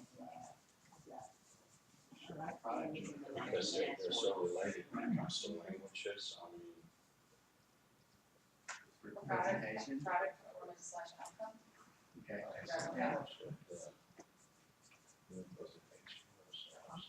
Tailored to meet the, be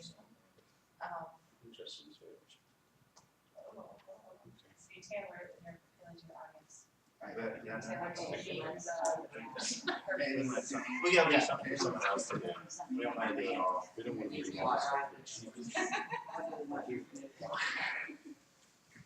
Realize that Wikipedia may not be the best resource. We gotta assess and evaluate. right? Well, yeah. How about, real world applications? validity of the sources. You said it well, which is to say, be able to judge something, Well, the validity of the result. Yeah. I think I heard it in stereo. To. Oh, connect to that. Hey, watch me, you're not involved. Holy cow. Oh my goodness.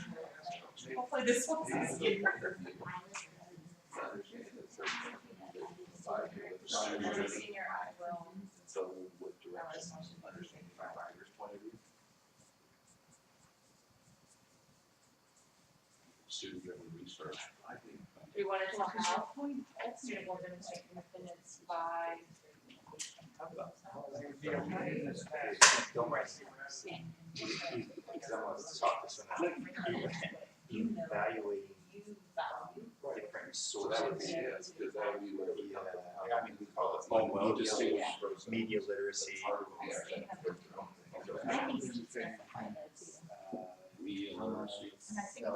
Being able So to, filter out biases. yeah, to just evaluate overall different Kids who are too sources far of out there that they information think from media.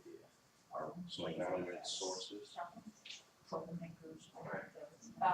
argumentative. By- I know, I've got two of them in my house too. We're all barraged with information. Right. But I think Having the ability to be able to discern it's one thing to be, what's credible, what's biased, what's relevant being an is really important. Oh, no, please, Something what I said. that No, you're fine. I would want becoming our close students to be able to do. Yeah, by credibility listening to the views of others isn't and necessarily. also important. That project will go, it has. You have to use a whole other line, and we have to like add more words. Right. I always like the question I put on my And application. a lot of that is Who's very ranks those to me. things. Would be surprised. You can, yeah. Teachers. So what about the point that we brought up at the beginning of the start right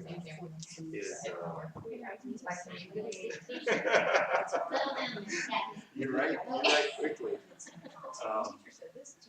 The ability to like learn things, right? Isn't that what we were talking about, that the technology isn't static? There's Why did you That's it. Or that's what I was hearing earlier. I don't want them to say, Well, yours is just one of the. I want to be able to, because I think for my everything the school has to. Parents have to participate. A lot of places are doing that. and it's a good investment. Do you want to add? No. Okay. Where battle. The other two that, that now.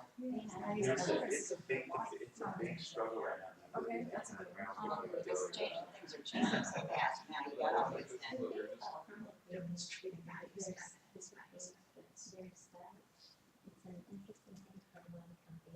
Well, I think. Go ahead, let's talk out loud. I think I love. Right. You can only do what you're producing Right. capability. And there's others out here that, yeah, it is. Yeah. Well, actually, Be able to evaluate something we evidence, haven't talked about here. be able to evaluate I evidence had and the criticism determine is the value. for consumption, not Just around generation. that in terms of the, what And they have in so the- we've talked a lot about consumption here, but we haven't talked a lot about generation, except for student-driven research. Evaluate evidence. So, The first one one of the things I think we want from technology, our students to be able to do is generate So knowledge. we'll evaluate evidence to determine. Is that maybe we can cover that? How about There you go, there you go. I think that's a good way, I think kid that Gary graduated high school and demonstrated himself.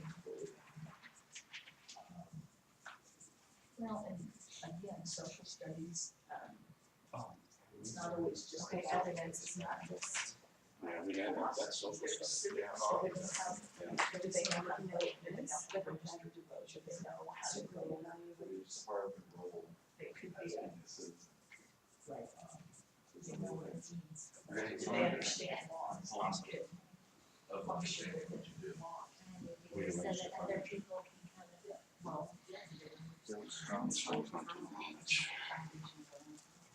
Well, that's an interesting one. It kind of says it already, doesn't it? Well, I think for me, is that we should be looking more at social studies now, down, go straight to social studies, interdisciplinary, instead of within history, instead of the discipline specific, we should be looking at, because so many of the Related complex problems are complex. Here's the here's this tremendous issue, this, what are all of So if you take the these Civil War, for perspectives? instance, why did the Civil War start? What was the beginning of the Civil War? What'd you say? So, So I would like to see students graduate from high school with interdisciplinary understanding of content, not have it bound by one discipline. What's really interesting to me is that, especially I found in Missouri, is that if you ask social studies, high school social studies teachers, they usually identify themselves as a history teacher instead of Or social economics. studies or of government. They don't see themselves within the interdisciplinary context of social studies. And I think the big problems or the big issues in the world are really interdisciplinary ones. You can't just take one lens to it. And so still, maybe that's the second, maybe that's the second point, maybe that's the second point, is that we want them to come away with an understanding of the multiple content necessary to solve problems. mhm. We do that when we do like the second grade, we can kind of do a time frame to kind of help teachers point to some rich content to work with, so we know, okay, it's just we're talking about with them and instead of talking about like over here is this thing that's like red on it, so you know, we look at these geography. Yeah, that's true. We're looking at the cost benefit analysis by trading for this, is it gonna benefit just me, or is it gonna benefit the whole tribe? We try to kind of do that. One of the things I was thinking about too, to understand American history, we have to know European history. But when do we teach European history? Sixth grade So, in world history.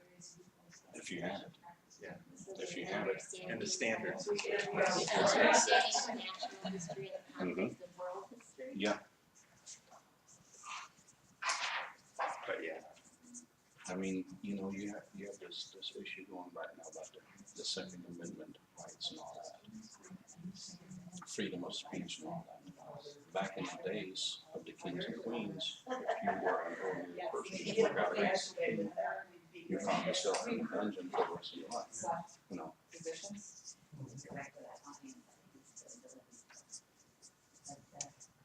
and I would want them to leave, especially from social studies, with a sense of what it means to be a citizen. Mhm. I think we've lost that. How about the responsibility of being a citizen? Yeah, because we focus all on rights. Mhm. We speak very little about the responsibility. Right. So, a citizen of our country, you know, just like the United States, I really feel like we've lost that to a large extent. You know, for instance, the responsibility to vote. It's a shame that our percentage in this country is so stinking low. Because people don't see, you know, a worth in it. We've had school board elections decided by 3 votes. And if those 3 people or 4 people would have said, well, if I would have gone there, well, I thought about going there too. And that has to be built up from the bottom up. I haven't missed the voting opportunity. Is there anything else you want to say about content knowledge that we We've got a pretty good head right there.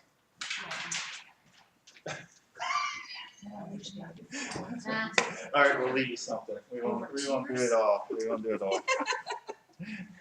I was thinking of 4 or 5 more. Yeah, I noticed. Let me at least get one in. See, there you got something different.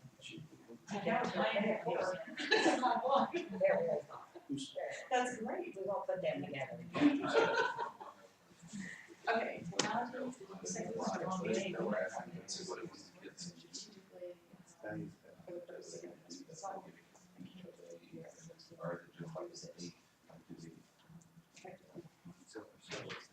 Usually for the desired effect, whatever it is you're trying to do, they're using it for that purpose, and they find it.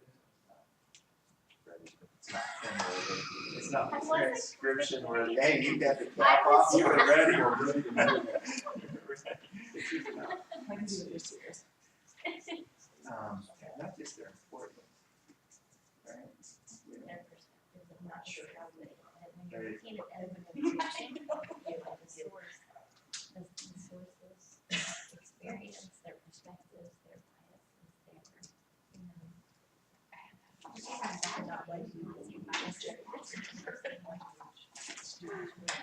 Well, and I know, I mean, this can be really well, I mean, stuff, highways, I mean, that could be all kinds of stuff that they're doing. They're using strategic, and they can be using. Based on what? Okay. So based on their needs. That's what it is. So weighs evidence on facts and conclusions based on evidence. I mean, not necessarily, somebody will give away, Information presented. Both of those things really. But there's also building bias, and we agreed on that here, in the fact that we have bias. We have some biases. So how can we put that in there, because that's gonna. So the statement, what's the values evidence? That means that they don't just make stuff up. Right. They look at it from this. Right. sources. So, So that is consider multiple evidence from multiple sources to draw conclusions about social studies issues. or just social issues. Yeah, well, you gotta. Okay, yeah, no, that's Because good. I can find a lot, I can find a lot of stuff between, Right. but they're making. No, you're exactly right.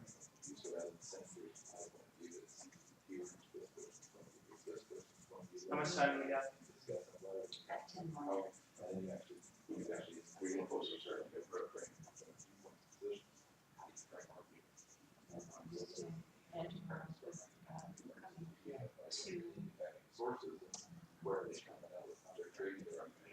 Anything else?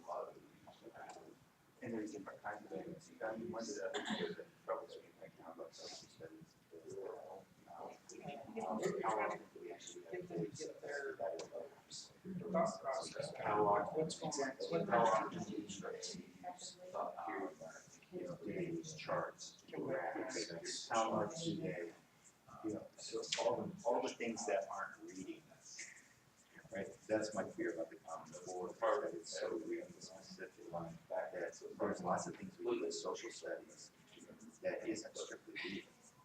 There is some theory about the difference between an argument and a compromise. All those other kind of artifacts. I was getting with Build strong Because these are tools. Yes, I'm they just are. gonna And understand. that is very important.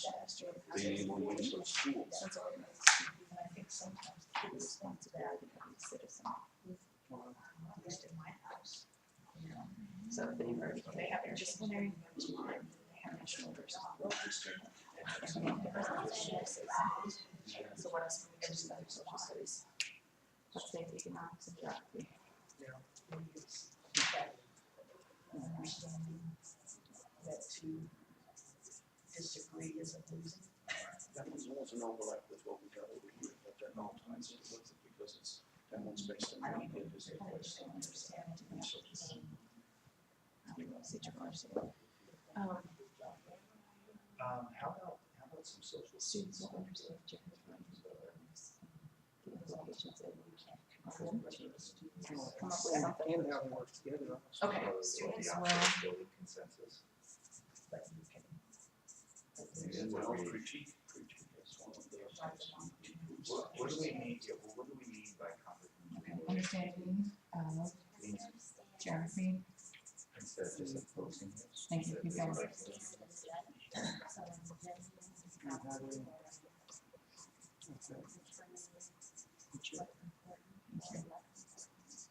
Feedback.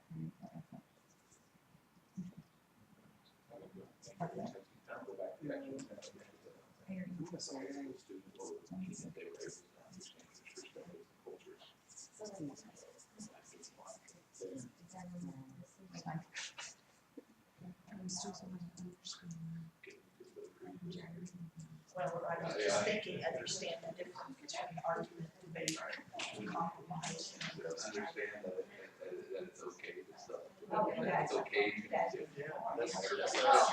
Split between the argument first. And then we got behind those There other you two go. words, I think. And they're over. What do we want to say? What you're gonna do next is go back to where you started, your first one, and you're gonna just kind of make a summarizing statement.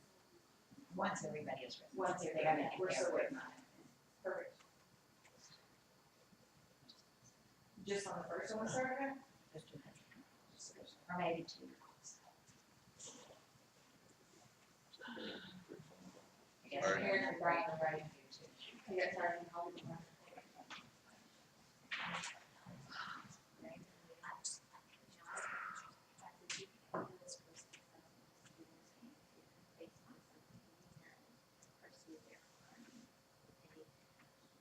It's a self-directed learning. Well, could it also be extending beyond the, extending the lifelong learning? Just what's required. I think that beyond the classroom.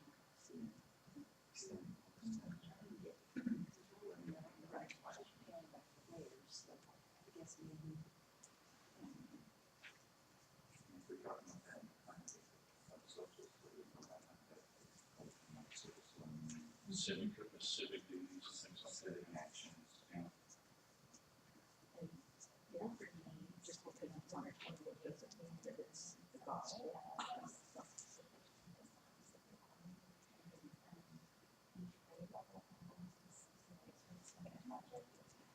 We also take those teachers who retire. but one first was every student.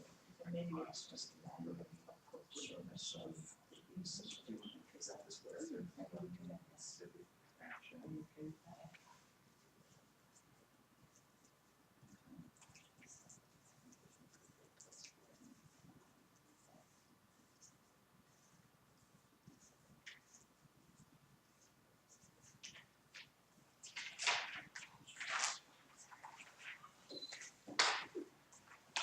You guys are getting lesser and lesser.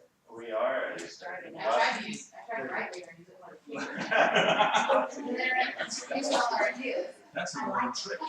That's an old trick. I'm old. That's almost as old as, we'll leave time for questions after I finish speaking. Yes. And then there's no time. There's no time left. Well, we have Oh, 2 it's not minutes. I can see Any a bunch of questions? one question. Okay, if not.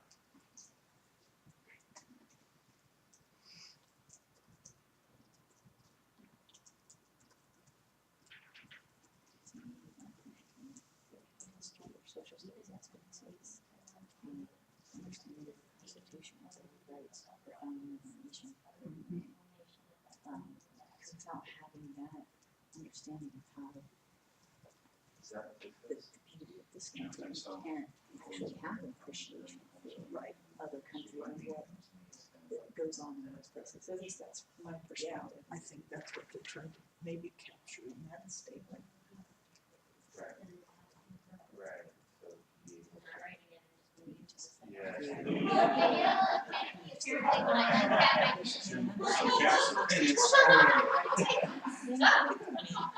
When I In response to social studies, I'd like to see more authentic, activities. And I think in simply, the academic term, so that these things that are real world tasks that the really document have, that was written so it's applied. so many years ago and how it's still relevant today. And That's the part that I think that's, and you have to do this, you have to know who the others are speaking to. when I was in school, Mm. the Constitution was not taught. Right. I'm learning it as an adult, because I'm trying to teach it to my kids. And, these are authentic tasks for authentic science. Are you going to work with us this group? As long as the word was Jesus said. Did you say for authentic? Alright. Doesn't matter if the cookies are like. Okay, cookies? I gave you $9, you could go. Right, she said, Give me my lunchbox. right, she said the Okay, my bagels. cookies. I really want the morning bagels or donuts. Oh, okay, there sounds good. I'm gonna have to contact my legislator. I'm disappointed Why in there's our only group, we have Pepsi. nothing to I am a diet person. Who's, And who so, drew up that contract? Now, your next job is We gotta go back. to find, and I was gonna say where you started, but just find two charts, I don't care which two you choose, and write just a brief summary, or you can even underline just keywords that kind of gives us just the essence of what was written. Capture the essence, please. I'm all for everyone, how about you? You're an underlining essence group. Nobody seems to be jumping to this side of that. You like an orange?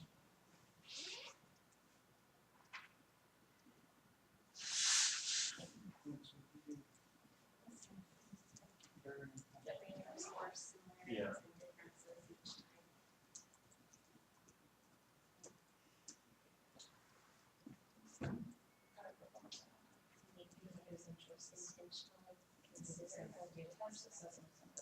That sounds great. Yes, do it in a different handwriting style so that we know. Could you do it in italics? That's classic. Or bold, so we know that that's a summary sentence. Well, She's using cursive.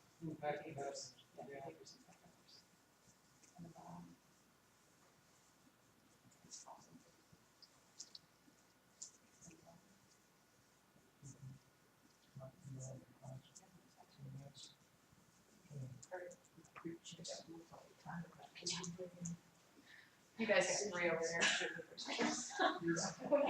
Grab ours real quick. What is this? Where is everybody? People are online. I know.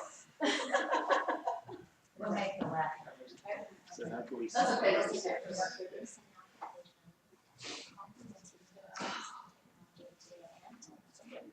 That time I have to in the schools and things like that. Up into the top. 225. We did it this time. We go Well, I around. think all of them speak to the students' application, effectively convey their applying technology rather than technology being used to instruct.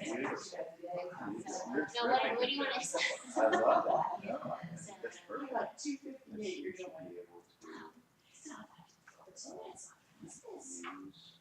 We did that. We added 15 minutes a day and then gave ourselves, collectively, and gave ourselves like half a day to offer. Planning. And you're right, my kindergartners, those last 15 minutes, they were just like, Her body knows. It's time to get it done. They already know it before then, you know, because always are keeping them just. There's a school district by us that does something like that, they do like a late start Wednesday for the high school, and then they all meet, and I think that is such an awesome idea. That's I really. wish we would do something like that instead of having to take Everybody's so, TV. so tired. No, we're actually trying to make a sentence that summarizes, summary sentence. Yeah, I think that goes in. So if you look at all of this, could you make it into one summary sentence? And we were working around the idea that students The kids go home from 4:30, they have their PD. effectively Well, parents utilize, probably like that because then they can go. utilize Oh, technology then they in have their high daily school. life. Yeah, so I was gonna say, that's the Well, part that they parents never go. like it, I was thinking on Friday, they might like it better than, Yeah. you know, like. Oh, yeah, Wednesday, or Wednesday or Wednesday, something. you know. We always do right now. Friday might be a more palatable day perhaps. Like, interviewed it twice in a while, and Every day. for every Friday, or every week. We do Mondays, but we also offer, we have an in-school, before and after school care program. That's great. K through 6, and on those days, the parents need that. Is it through the school district? Yeah, we operate on That's nice. Yeah. I know, like, I think the YMCA covered a lot of them, but I don't know if they, well, it's a neighboring district, so I don't know how they work that out. I'm sure the school district doesn't have to work with them. We started out with the line, and actually, I was still working. What did you do with that? Yeah, it's sort of like that. No, we're Students will be paying, able to effectively. but we have to provide the space, we have to provide the Provide everything. toys, Ours has been through the university, they have a program. so we decided just to take it on ourselves, and then we provide, tutoring opportunities, if parents want their students to be tutored. So do they pay teachers to stay late to do it? Or We do they have hire? both, we have, a lot of the workers are college kids. And, We used to Kind of do like that. Hawaii. if we feel like they're, I mean, we don't just say, you know, these kids have to do it, you know, if there's a, the teachers do have an opportunity to do tutoring for pay. We're trying to work with it. Let's try over there and don't either underline, highlight, or summarize what you think the people are. Yeah, we're trying to summary part, the summarizing part, and that's tough. Which last chart? That one right there. Yeah, this. This one right here. Go for it. What if we say, students of both districts, consumers and producers.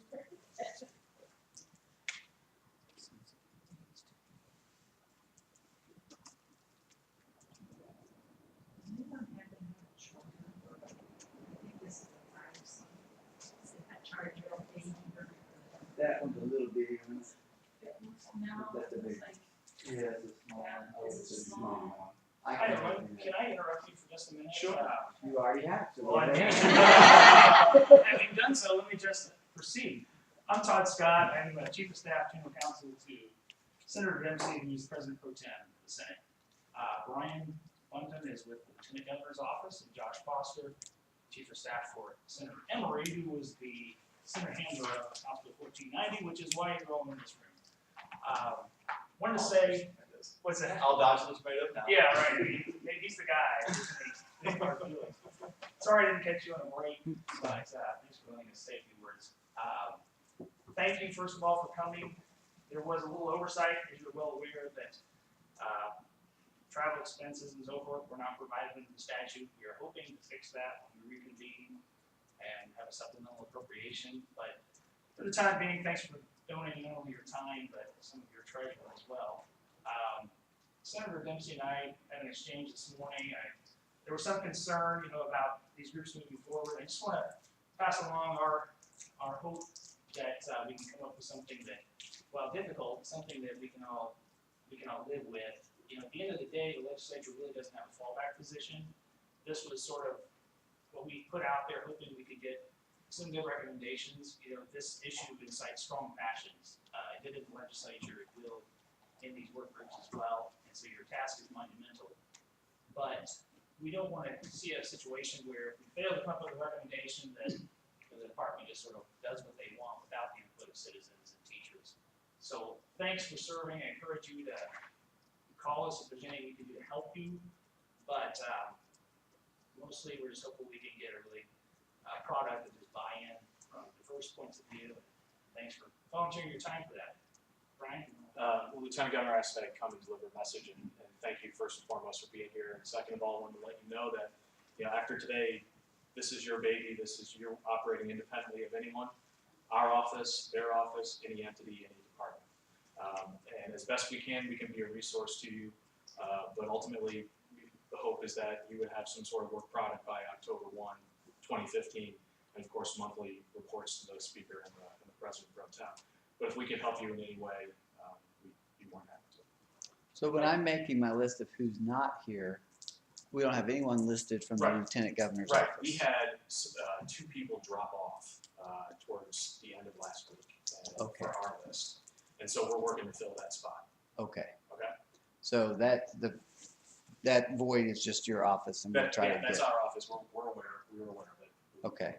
We may have a vacancy or two as well. We still search for some parents. It was a lot easier to find teachers that were willing to donate their time.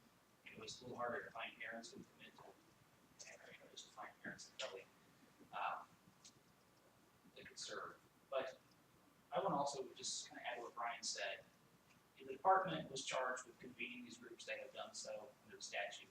Going forward, if you don't like a particular schedule they come up with, feel free to set your own. We've also tried to make it clear to the department that we would like for them to offer web-based or telephone-based or whatever kind of technology that would assist you if there's a desire on the group's part to not have to travel to Jeff City as much, especially considering the fact that mileage is not currently reimbursed.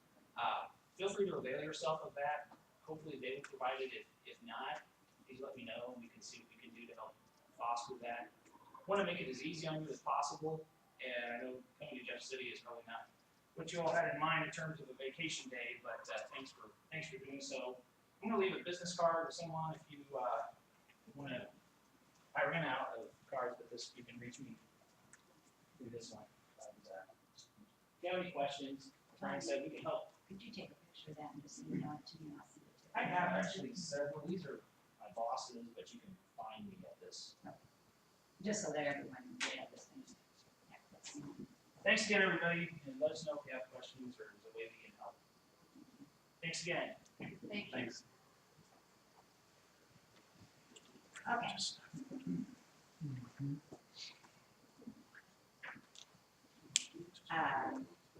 Patrick, would you like to help Craig over there choosing the highlights, the main points, what, I can just take a picture.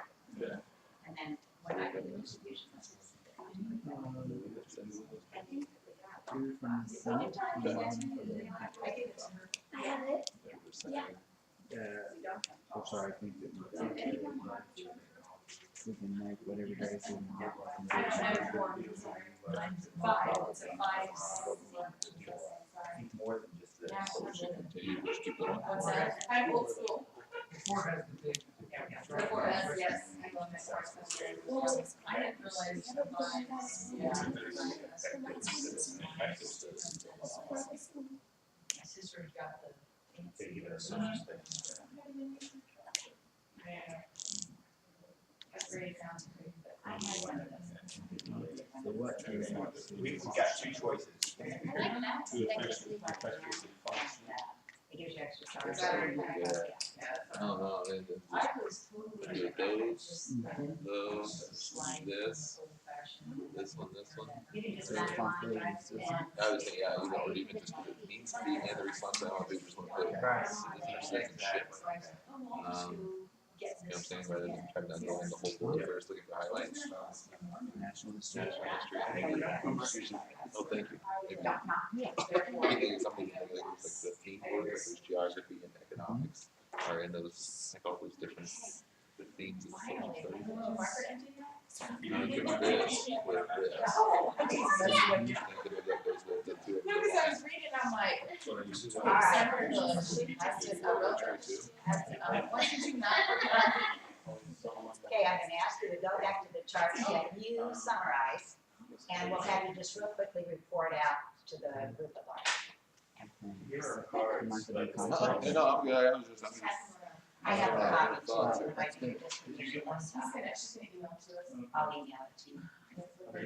yeah, alright. And if I forget to email it, I am forever forgetting attachments. Email me and say you got the attachment. His name was Todd. I've done that before too. I always say that, I have an attachment, I write about the attachment and I send it before this one. Okay. Who did this first one? Report to understand the perspectives of and cultures, other perspectives, I can read it, other perspectives and cultures. Kathy, very great summary. Intentionally consider multiple perspectives. Shelley? Can't wait for someone else to tell me to do that, or that needs to be something that I initiate on. Right? Okay, and the next one I think we should do as well. We like that we felt like that the blue text there in the middle really said it. But we wanted them, looking at the other things, to be able to really do that as citizens in lots of different functions. And so that's why we added that part. Function of citizens. Okay, good. And let's see, that was Patrick and Craig. We kind of looked at, when you talk about content knowledge, so just look at the different themes that may be a part of social studies. So we looked at national history in that context of world history, what it means to be a citizen, so focusing on some of the citizenship and civics responsibility, then geography, economics, and then also, you know, each of those pieces of how they all interplay, but there's those different core areas of social studies knowledge. And the founding documents, we underlined, but also considered maybe just kind of a part of the national history also. So just some of those different overall backgrounds of 5 main themes through social studies. Values evidence. We did that one. All right. You wanna speak? No. Well, we felt like all 3 points were very important, and basically just that students be able to show that they know how to use tools and research to guide decisions or guide their behaviors.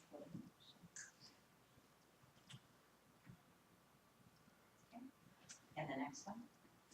You guys do that one too? Yeah, we did that one too. And I think, again, just the,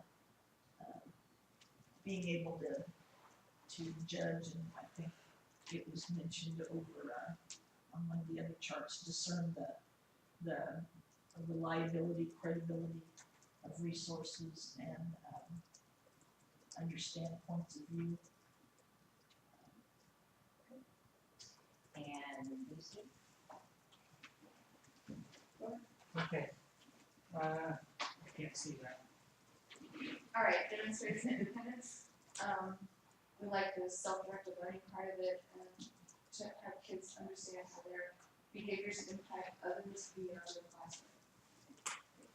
And this one, we talked about product performance and outcomes, some type of an end result, I guess, and understanding the points of view of their audience and using authentic purposes, you know, do it for a reason. This is kind of a hard activity, but again, it's just trying to kind of get your head around all of the different things to consider when we're looking at curriculum. Especially looking at it from, you know, what do we want a student to be able to do ultimately, and then how do we backtrack that down to start looking at what kindergartners need to do, first graders, second graders, and third graders. And really most of what we're doing this afternoon, again, is just bringing our brains up to the point of thinking, what all do we need to be thinking about as we're making those decisions? What kind of considerations should we have and how should we do them? And we're going gonna do one more activity, that's a little bit similar, but the first thing I want you to do before we start that is just a partner or in trios, however you choose to do it. And I'll give you a minute to think about it before you start. I want you to think of the most powerful learning experience that you had in school. And then I want you to think of the most powerful learning experience you've had as an adult. And you're just gonna share with your partner or trio or however you choose to do it. So take a couple minutes to ponder that and we'll share. Okay.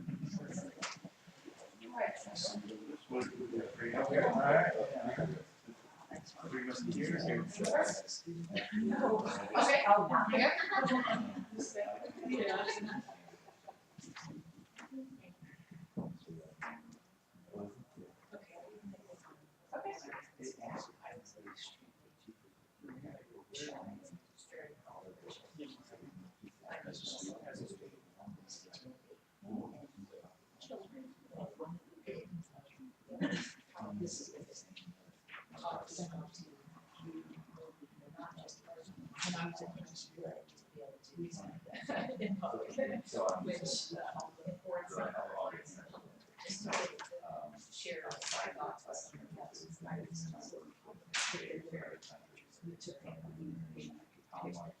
Teachers. As educators and Areas of interest. So my other thing was the class program and school and doing things. Develop a There very was very fine intersection. Outside things that you want to learn about and love, fit love, area. So we love it more when they don't do something better. interest. So we had to like say it out and break it up and how you start to since so we can push it out of the strong and then use the strong and you know everybody has something different, but that's something which There's some so I do that. And learn.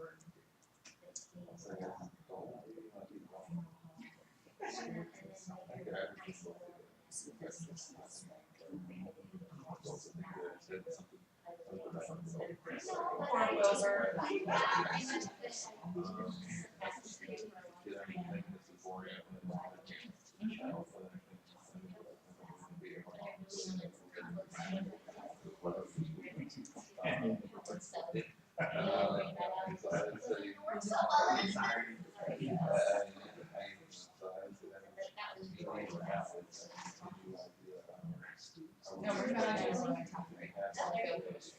And then I realized.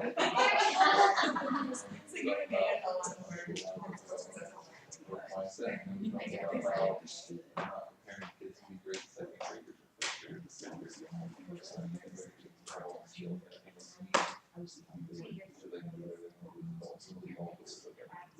So that we're not shutting doors. We're taking care of kids about that. This is important for us. Because they're not learning the things they need, and that's how we want every kid to be able to have And so I guess so that girls it almost became just figure out what everything else is. a learning thing. I think self-actualization, learn to be the person. We give kids that power for that self-actualization.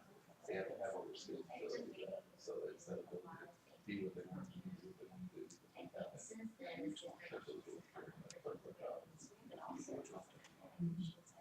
this is times where powerful learning, times where I felt that real communication about the learning part. And In the classroom, it's probably where my teacher I value my learning. So, in my social studies class, I think that I'm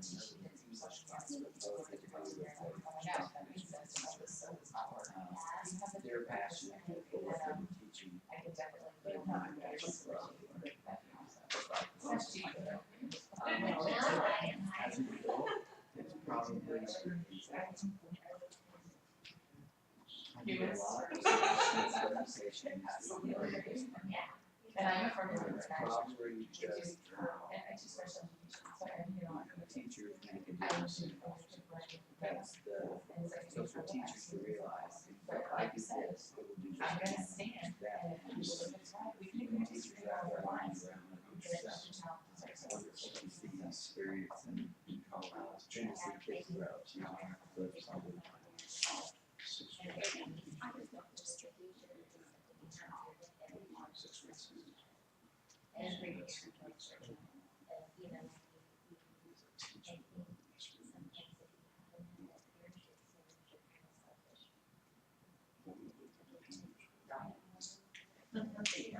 Were there any commonalities in your experiences from your friends that you saw?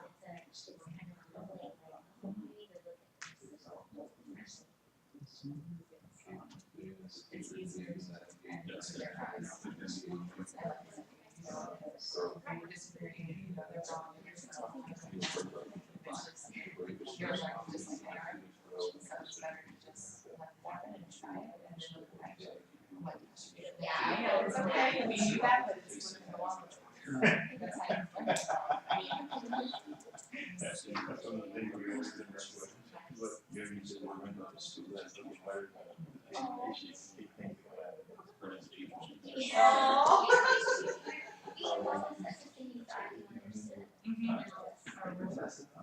Thinking back. Right. Note take things out, there is it.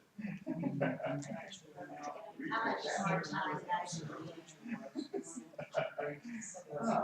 God, it's fun, actually. Our teacher was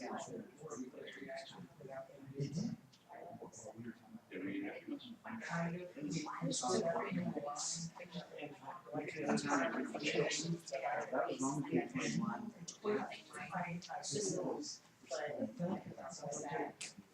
how ridiculous it is at this point in our lives. My perception, I mean, these were soldiers out here doing that, where all these patriots are out here in the concentration camps like here. I see that, so to me, even back then,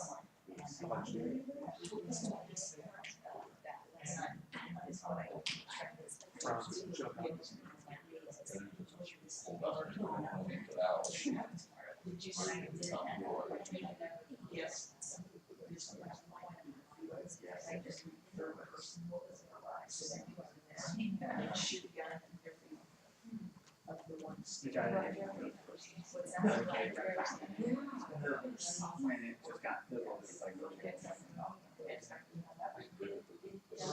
My daughter's there. For my. She I think for a minute, we're going to calm down, for their experience, you know, let's see them trying to start. Into all the units there.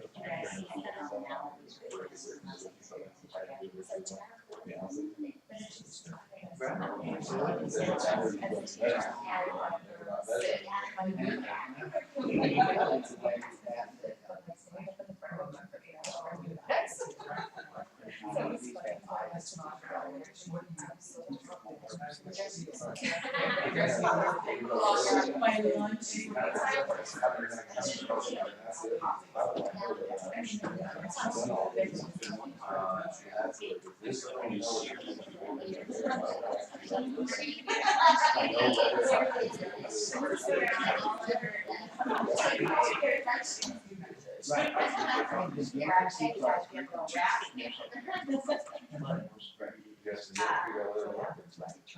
Trends that you saw in your experiences. Any group can start. Todd, we learned a lot from them. Okay. Oh, from the old children. Still do. Every day. We talked about what we learned in school was typically some sort of hands-on experience. Not just the sit and get. Was where you were really digging in. Yeah. We talked a lot about engagement and being engaged with your teacher connection or through relevance of the lesson and seeing there was something built in that you had a direct connection to, you could see why you were learning it. And we also talked a lot about just when you see the evidence of growth. So as you see students grow, or as you personally feeling that growth, it helps you to see engagement, helps you understand, you know, the importance of those that you're doing. You guys mentioned relevance to it a while ago. So interesting how those experiences that stand out kind of are similar, aren't they? We're going to do something next that's a little bit different. You have in your handouts a sheet that says educational belief systems.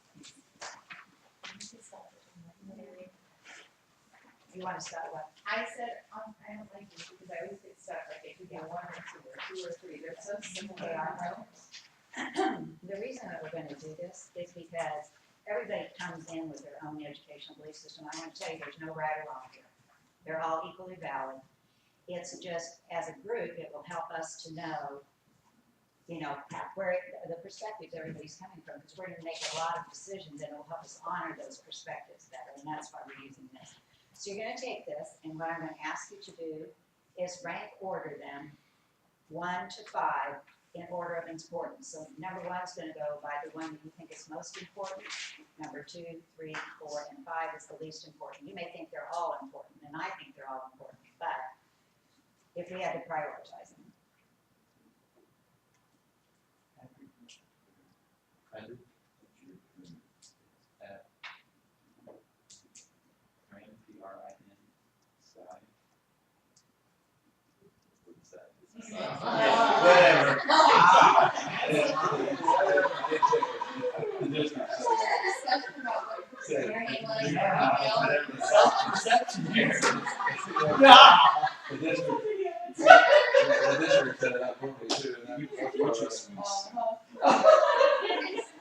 that's that's part of it, yeah. That could be, we've actually worked with there's two styling schools in the district, one of the other elementary schools, and the other one's actually, it's actually a few principals, we were discussing that, because there's the styling print. And so the district set them all up for us. Very fun. Too many items.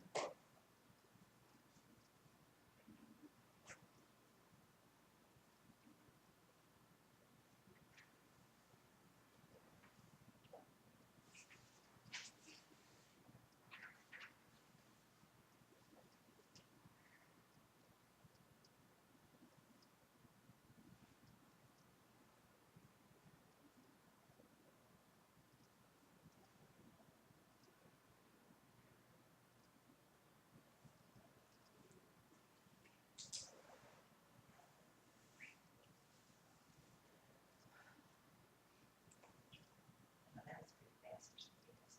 Oh, I changed that. I decided when I started this one. Cause I know it's from.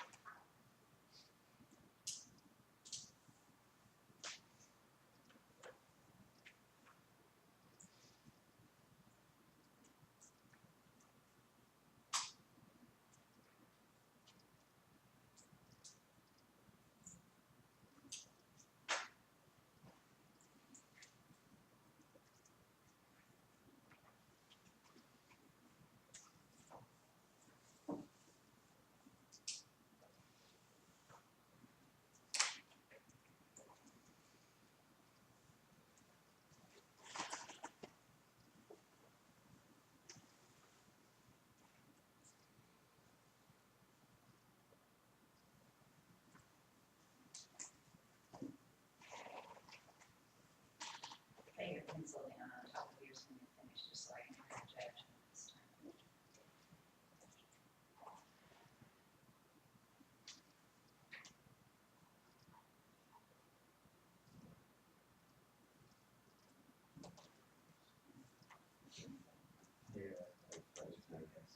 Yeah, that doesn't matter. It's not a top.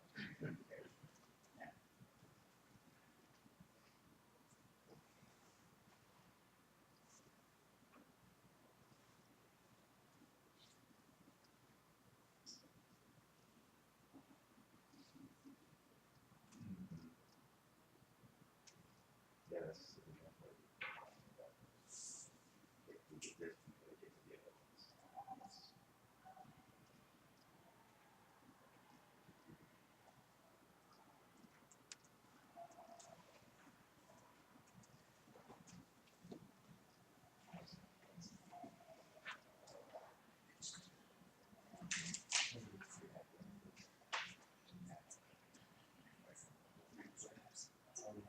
I'm not after the big old spurts.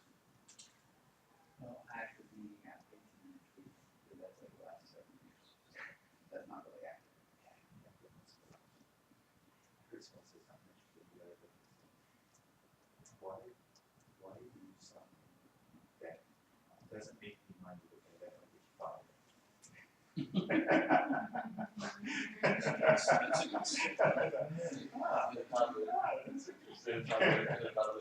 Yeah.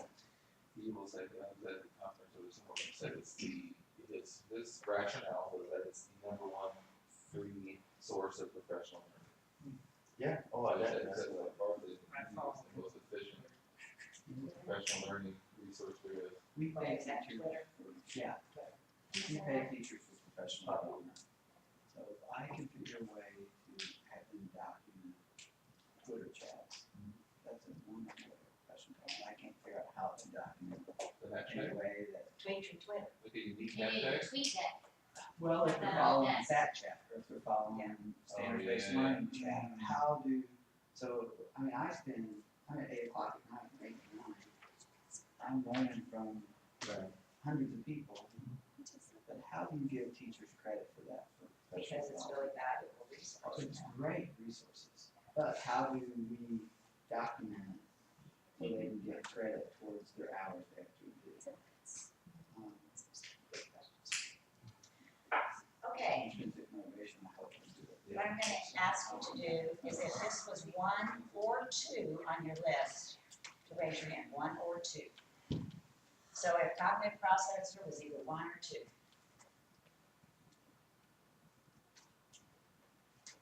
Self-actualizer, 1 or 2.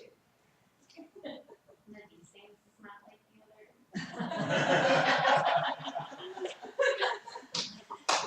Okay. Prescriptionism. One. Are there 2? No. Academic rationalism. Lower elementary. You can manage that. My problem with that one, I didn't read it because what it says is being a contributing citizen in the office, so we're not really in public, so I didn't. No problem. Social reconstructionism. All right. Very good. Now, here's what I will tell you. It's pretty common for educators to be in these 2 because you've done a lot of study in education. Most people, however, choose the one that is the most similar to the way that their school was when they went to school. The exception to that group is educators who have spent a lot of time studying about education. We typically find a little bit heavier at the top. They're all perfectly appropriate. There's nothing wrong with all of them, and the fact that we have a little bit of each in this group is going to make it a richer group, because we'll look at things from very different perspectives, and that will make it easier for us to come to consensus, I think, or for you to come to consensus. I'm going to go on and just kind of walk through the process that we had in mind. From what he said, I'm not sure I'll be back tomorrow, maybe on your own. But a couple of things I want to ask to you. First of all is, we had said we'd do no voting this afternoon, but would it be helpful if we went on and at least chose a temporary liaison or co-liaison? So that there would be someone to kind of start off in the morning. Yes. And then that could be re-voted tomorrow. I don't think there's a problem with that. You can vote it again, but I'm just thinking if I'm not here and these 2 guys aren't here, that, that it might help to have somebody who just knows walking in, they're gonna be kind of leading the meeting. I don't know that for sure. I'm just wanting you to be prepared for whatever happens. So is that comfortable if we do a temporary person, right? Anybody have a nomination, anybody wanna take it on? How would you like to go about that?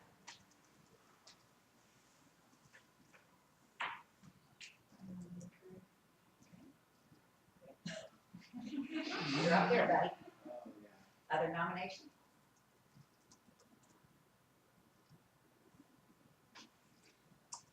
I'll second that nomination. I'm gonna say, is that gonna be okay for you tomorrow? Yes. All right, would you, somebody like to call for the vote? Let's vote. Do I hear a second? I'm sorry. No, go ahead. We had a conversation at lunch about the idea of the facilitator being able to remove their bias. Okay. And so if we're asking Craig to be the facilitator, I really value his knowledge and his understanding of, learning in general. And I'd hate for him not to be able to interject his feelings about what we're doing if he's going to take on the role as facilitator. If he's just going to be our go-to guy representative, then that's a different story. I just want to clarify the role on this, is what I'm saying. I would want. As a leader, not facilitator. Or, So Because I wasn't in, so Interim leader. I didn't have much to else on it, but I would value what he has to say. I don't have a problem with him having an opinion and being our kind of guy that kind of directs things. do you think tomorrow, you don't know what they're gonna ask you all to do tomorrow? I might be back, and you guys might decide to kick me out, that's okay too. But, The afternoon has worked well, with you being here. I think it's nice to have someone that's not in the discussion to help. The role of facilitator is to watch what we're doing and to notice the energy level of the room has dropped. And so you're saying, okay, let's get started again. I mean, the role of facilitator is a lot of hard work. I would value you being here to help us in the process. You've done a good job of, since lunch, we've had a really productive time on this one. So, I mean, I hope they don't ask you all not to come back. I think it's really gonna be up to you, if you ask for facilitator, you probably. So why don't we put that vote up first? Yeah. Whether she remains. Then you Would have that not to, make more you have to sense? take your second and your first back. Okay, remember. Well, if Thank we're you, calling Brad. for a discussion before we vote. Okay, let's have it, yeah, you can call for that. Yes, my discussion would be, I definitely don't mind being a liaison to whoever we need to talk to. I definitely don't mind doing some leadership roles. But it would be helpful for you three to be here because you have more resources than the rest of us. And you put time into thinking through what are processes we can use. I don't have time tonight to think through how can we best look at this. But I was gonna go through the process we outlined, who chose to do this, because I didn't really want to dig anybody cold, but. That's, Is it possible then to be look at, could we do the same thing again tomorrow? So we could at least, you could even start with having someone come back tomorrow, and we're even, we would have at least a couple weeks before we'd be looking to do it again. So we can look to do it, and just have somebody come back tomorrow, and have a similar discussion tomorrow. we can do that. Tomorrow actually was when we were gonna start looking at, because we decided not to look at all at the, leads, so we were gonna start actually looking at those and doing some processing of those, we don't have to. But. Are there other things that we can do? I agree with what you said. I think she's the facilitator, and not to take her out of it, but they got the numbers to type, they've got the stuff set up, they've got the supplies and resources you need. And like you said, this afternoon was productive. So why fix it if it's not broken? Right, I mean, we were gonna have a liaison anyway. You'll have a liaison and a co-liaison in case the person couldn't. But I don't mind doing that, if that's the question. So we kind of, real quick on here, so it says the support personnel, so what we're talking about right now is the support personnel. We haven't actually gotten to the committee liaisons. Yeah, back on each. Right, so those are all different things. They are. So, And then, could I, that's right.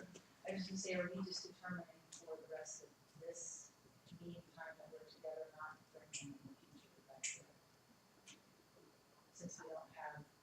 everybody.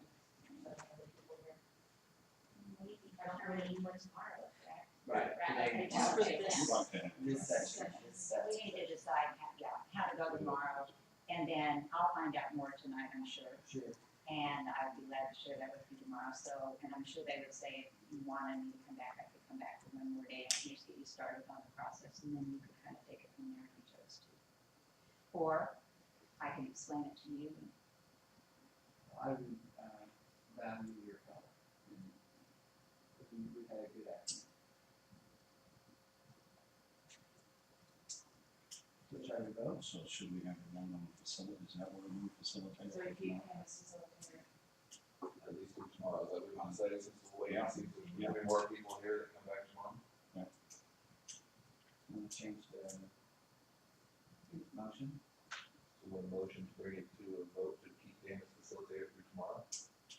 We got a motion on the floor right now. So we have to. You have to rescind yours and she has to rescind hers. Or we can vote on Craig, and then, And the Oh, liaison. you can do that one, okay. To the liaison. Okay, do liaison, not facilitator, liaison. All in favor? Aye. Opposed? For liaison, What's that? Oh, liaison, Craig could be liaison. okay, I Okay. yeah, I was surprised. You said it. so, Okay. liaison number one, So we do that. okay, now, Now, I'll we, make the motion to keep paying for facilitator for tomorrow. Any discussion? In favor, say aye. Aye. Opposed? do we want to go on and choose the other facilitator? You mean the liaison. Sorry. Or whoever that other person, is, the other liaison.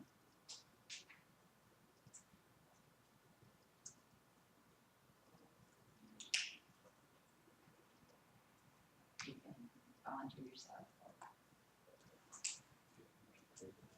Yeah. I think that lots of people are missing it, right? We may have someone else show up in October at meetings, and they may, As long as you got one person, you yeah, know. we the have coordinator, someone so. at this point, I think we have other people, Yeah. like, So somebody we else. don't really So know. maybe like Well, 'cause I The kinda other thought- I kinda thought we were- co-liaison may be someone else. Yeah, I thought we were just kind of deciding for this session of meetings, right? Not for all of Do a 2-week break. After the 2-week break, After the then break. that would be something you could do, is choose your other liaison. I think we could probably keep that as something we do on a regular meet, because there may be something like Craig may say, I'm not even gonna be here the next week, so we may wanna look at that role each time we meet. Let me tell you what the role is. Yeah, that might help. I should have Nurture it. You too, like Craig. Now that we've nominated you and you've been, okay, 2 people will be elected among the work group appointees. Their duties will include to create monthly reports for legislatures and legislators and the State Board of Education using the official notes from the note taker recorder, assuming we still have a note taker recorder. Attend the House Bill 1490 mandated public hearing meetings as necessary to report on the work group's progress, and that's the reason we want 2 people, so we can, nobody is going over. Attend State Board of Education and or legislative meetings as necessary to report the work group's progress. And then, without a facilitator, which again may happen, then you would also, take on some of the responsibility of leading the meeting notice.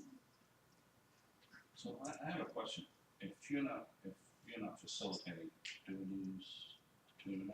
I'm not sure if they'll be here either. 'Cause that's- And which is, we're taking our whole support and going, Yeah. we're wiping our support out. Would you like for them to come back tomorrow? Yes. I think probably, the reason for the people who aren't here, I think it's pertinent that we keep this as open and transparent as, and for those in my district who say, what did y'all work on? You can show them the video. Right, they can see the video, I want to look at the other videos to see what everybody else is doing. And you can, you'll have notes, scripted notes. I think if we try to do this, if we try to do that, while we're doing this, that's That's- essentially taking. That's people gonna, out of that's that. gonna tie two of our, tire links or our arms, will be hobbled. And I'm not gonna say that's going to happen, I'm just going to say via what they said, it's a possibility. So I'll go back to meet the other facilitators in the State Department, and that's what I wanted you to know. They may say, we don't need you back, however, if you ask me back, then I'm going to come back to that day. I don't think Do you need a note from us? She was tardy because. So, okay, so I will be back tomorrow, and Toby and Jenna will plan to be back tomorrow. Unless we are just told not to. I have all of your email addresses. I will do a distribution list tonight, and I will let you know what I found out, so you kind of know what to expect coming in. So right now, we have to kind of just go back and summarize what could be a creative for tomorrow, and then we'll look at it again tomorrow, is that what we wanna do? If we're the only ones here again tomorrow, are we gonna change your mind, is that what you're thinking? I mean, it's hard to say until we know who's here tomorrow, I can't really, so I don't, Craig may change his mind if you Yeah, have that's not what it's The more you know me, the more you dislike me. Yeah, I think if we look at it tomorrow, because it sounds like a lot of what she just laid out probably won't take place until after tomorrow. I'm worried about the time space between the two meetings, like if we don't have a decision, if we're waiting for other people that aren't here, we're probably gonna have to at least make this decision by the end of tomorrow. So it sounds like they may want something in between those the meeting dates. And I'm going to say, from what they said, I'm not sure that those meeting dates will hold right now. Don't change anything. Pretend we're going forward as planned, unless you hear differently from me tonight. Or if the decision isn't made until tomorrow morning, I'll tell you when I come in the morning. How's that? And then you'll know what you're working with, and then you can have time to talk and see how you want to proceed and where you want to go and what you do want to do. Because we also, I guess we could always decide to change meeting dates too, I mean, that doesn't going to, but so if that happens, I'm still thinking they're probably gonna want something in that space of time. No, and again, I think you can change meeting dates without a problem, it's just finding a location. So, It's gonna be a shared responsibility, so each time with me, we get to pick someone else to do some of those responsibilities, so the next session becomes a lot of. I think there are all different kinds of ways that you can go, it's just, kind of up to the group what's gonna work best for you. I just think we need to set the meeting dates, like today or tomorrow, because we have stuff, everybody has things going on. So like in my calendar, I've already got down everything they sent us. I don't know if people haven't got that information yet, but that's something that is going to promote a higher attendance rate than waiting. And we are not gonna make everybody's schedule, so suck it up, and these are what they are, we agree on it, we vote, we go on with it. Because then we know what to plan for, and travel arrangements and hotels and stuff like that. So that can be a point of discussion for tomorrow, and that's one of our points of discussion. That needs to start about too long. Anything else for the good of the order for today? Thank you for Greg, Yeah. thank you all, you've been a great worker, you are going to do fabulous things, I have no doubt. But really, why don't you come out and let me just quickly run through the process with you, just in case. So right now, we'll be back here tomorrow morning. Tomorrow morning is at 8. 8 a.m. 8 to 3, so people can have more travel time. And just a quick question, so we'll just have the people here who are here today, because we're still trying to find people to fill the vacancies. Or there may be As far as somebody who couldn't make it today, that They'll can come come tomorrow. I can see that happen. Thank you so much, so Yeah, thank you. appreciate it. Oh, really, I just got an email from the high school group. What is that? Our group is interested in connecting with the elementary group tomorrow. Can you bring that up as an idea? Sorry. Not for the whole time, not for the whole time, but perhaps towards the end. That'd be a great idea. I think we can do it. Just share out. Yeah. Absolutely. Well, we wanna get into this, I wanna go back with something, so if we're looking at an agenda for tomorrow, we know we have to talk dates, let's just try to talk dates now, get it done with, I'm gonna write this down. and then we can talk high school tomorrow. This Here is are, the sole reason. here are the leads, and here are the cleats. So some of you probably did bring your cleats with you. Well, he was short, so I asked him to run it, so everybody. Here, Lee's and Cleve's. Some of you will have them, but we didn't have enough for everyone, so I asked him to run it. And are we meeting in the same spot We're tomorrow? in the same spot. And here's what I'm going to, let me see, if you want to start looking at this, no, I'm gonna say that. Don't do anything tonight, because I want everybody coming on a level playing field tomorrow to start fresh. But this is what we're going to use, as we go through them, we really write down areas of concern. So, hold on to these and bring these back to mine, okay? Anything else? Where will we start tomorrow? We'll start here. in this. We're gonna start here, we'll probably, I'll share with you whatever I find out this afternoon, so you'll know where we're going over here. Pardon me? We're in the same room. I think for this time, next time I think I may change. Okay. This time, and since it's a big enough room, maybe we can ask the social studies, I don't know what kind of room we'll have to see. So I have a question. If you're, let's say after tomorrow, you're no longer with us, who sets up all the rules and stuff for us? That's why you should hold the dates are already set, because they haven't been researched. That's my idea right there too.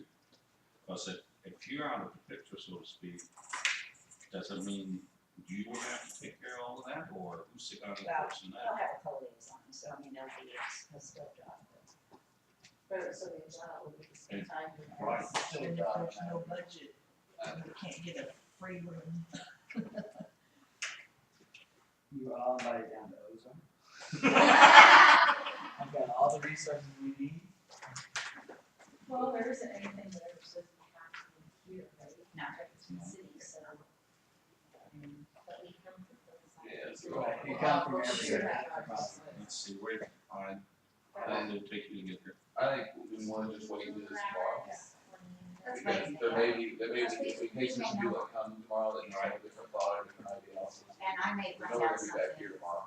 something different than my interpretation for whole time. So, let me go back and make sure that I understand what's going on. Does anybody have,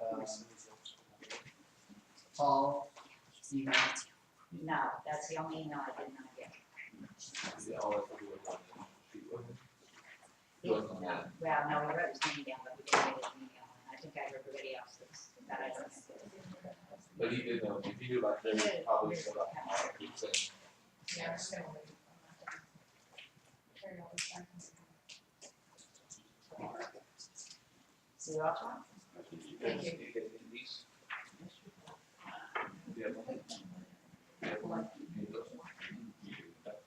you. Well, our dogs were tired. Oh, I see that train track. That's like you've seen on.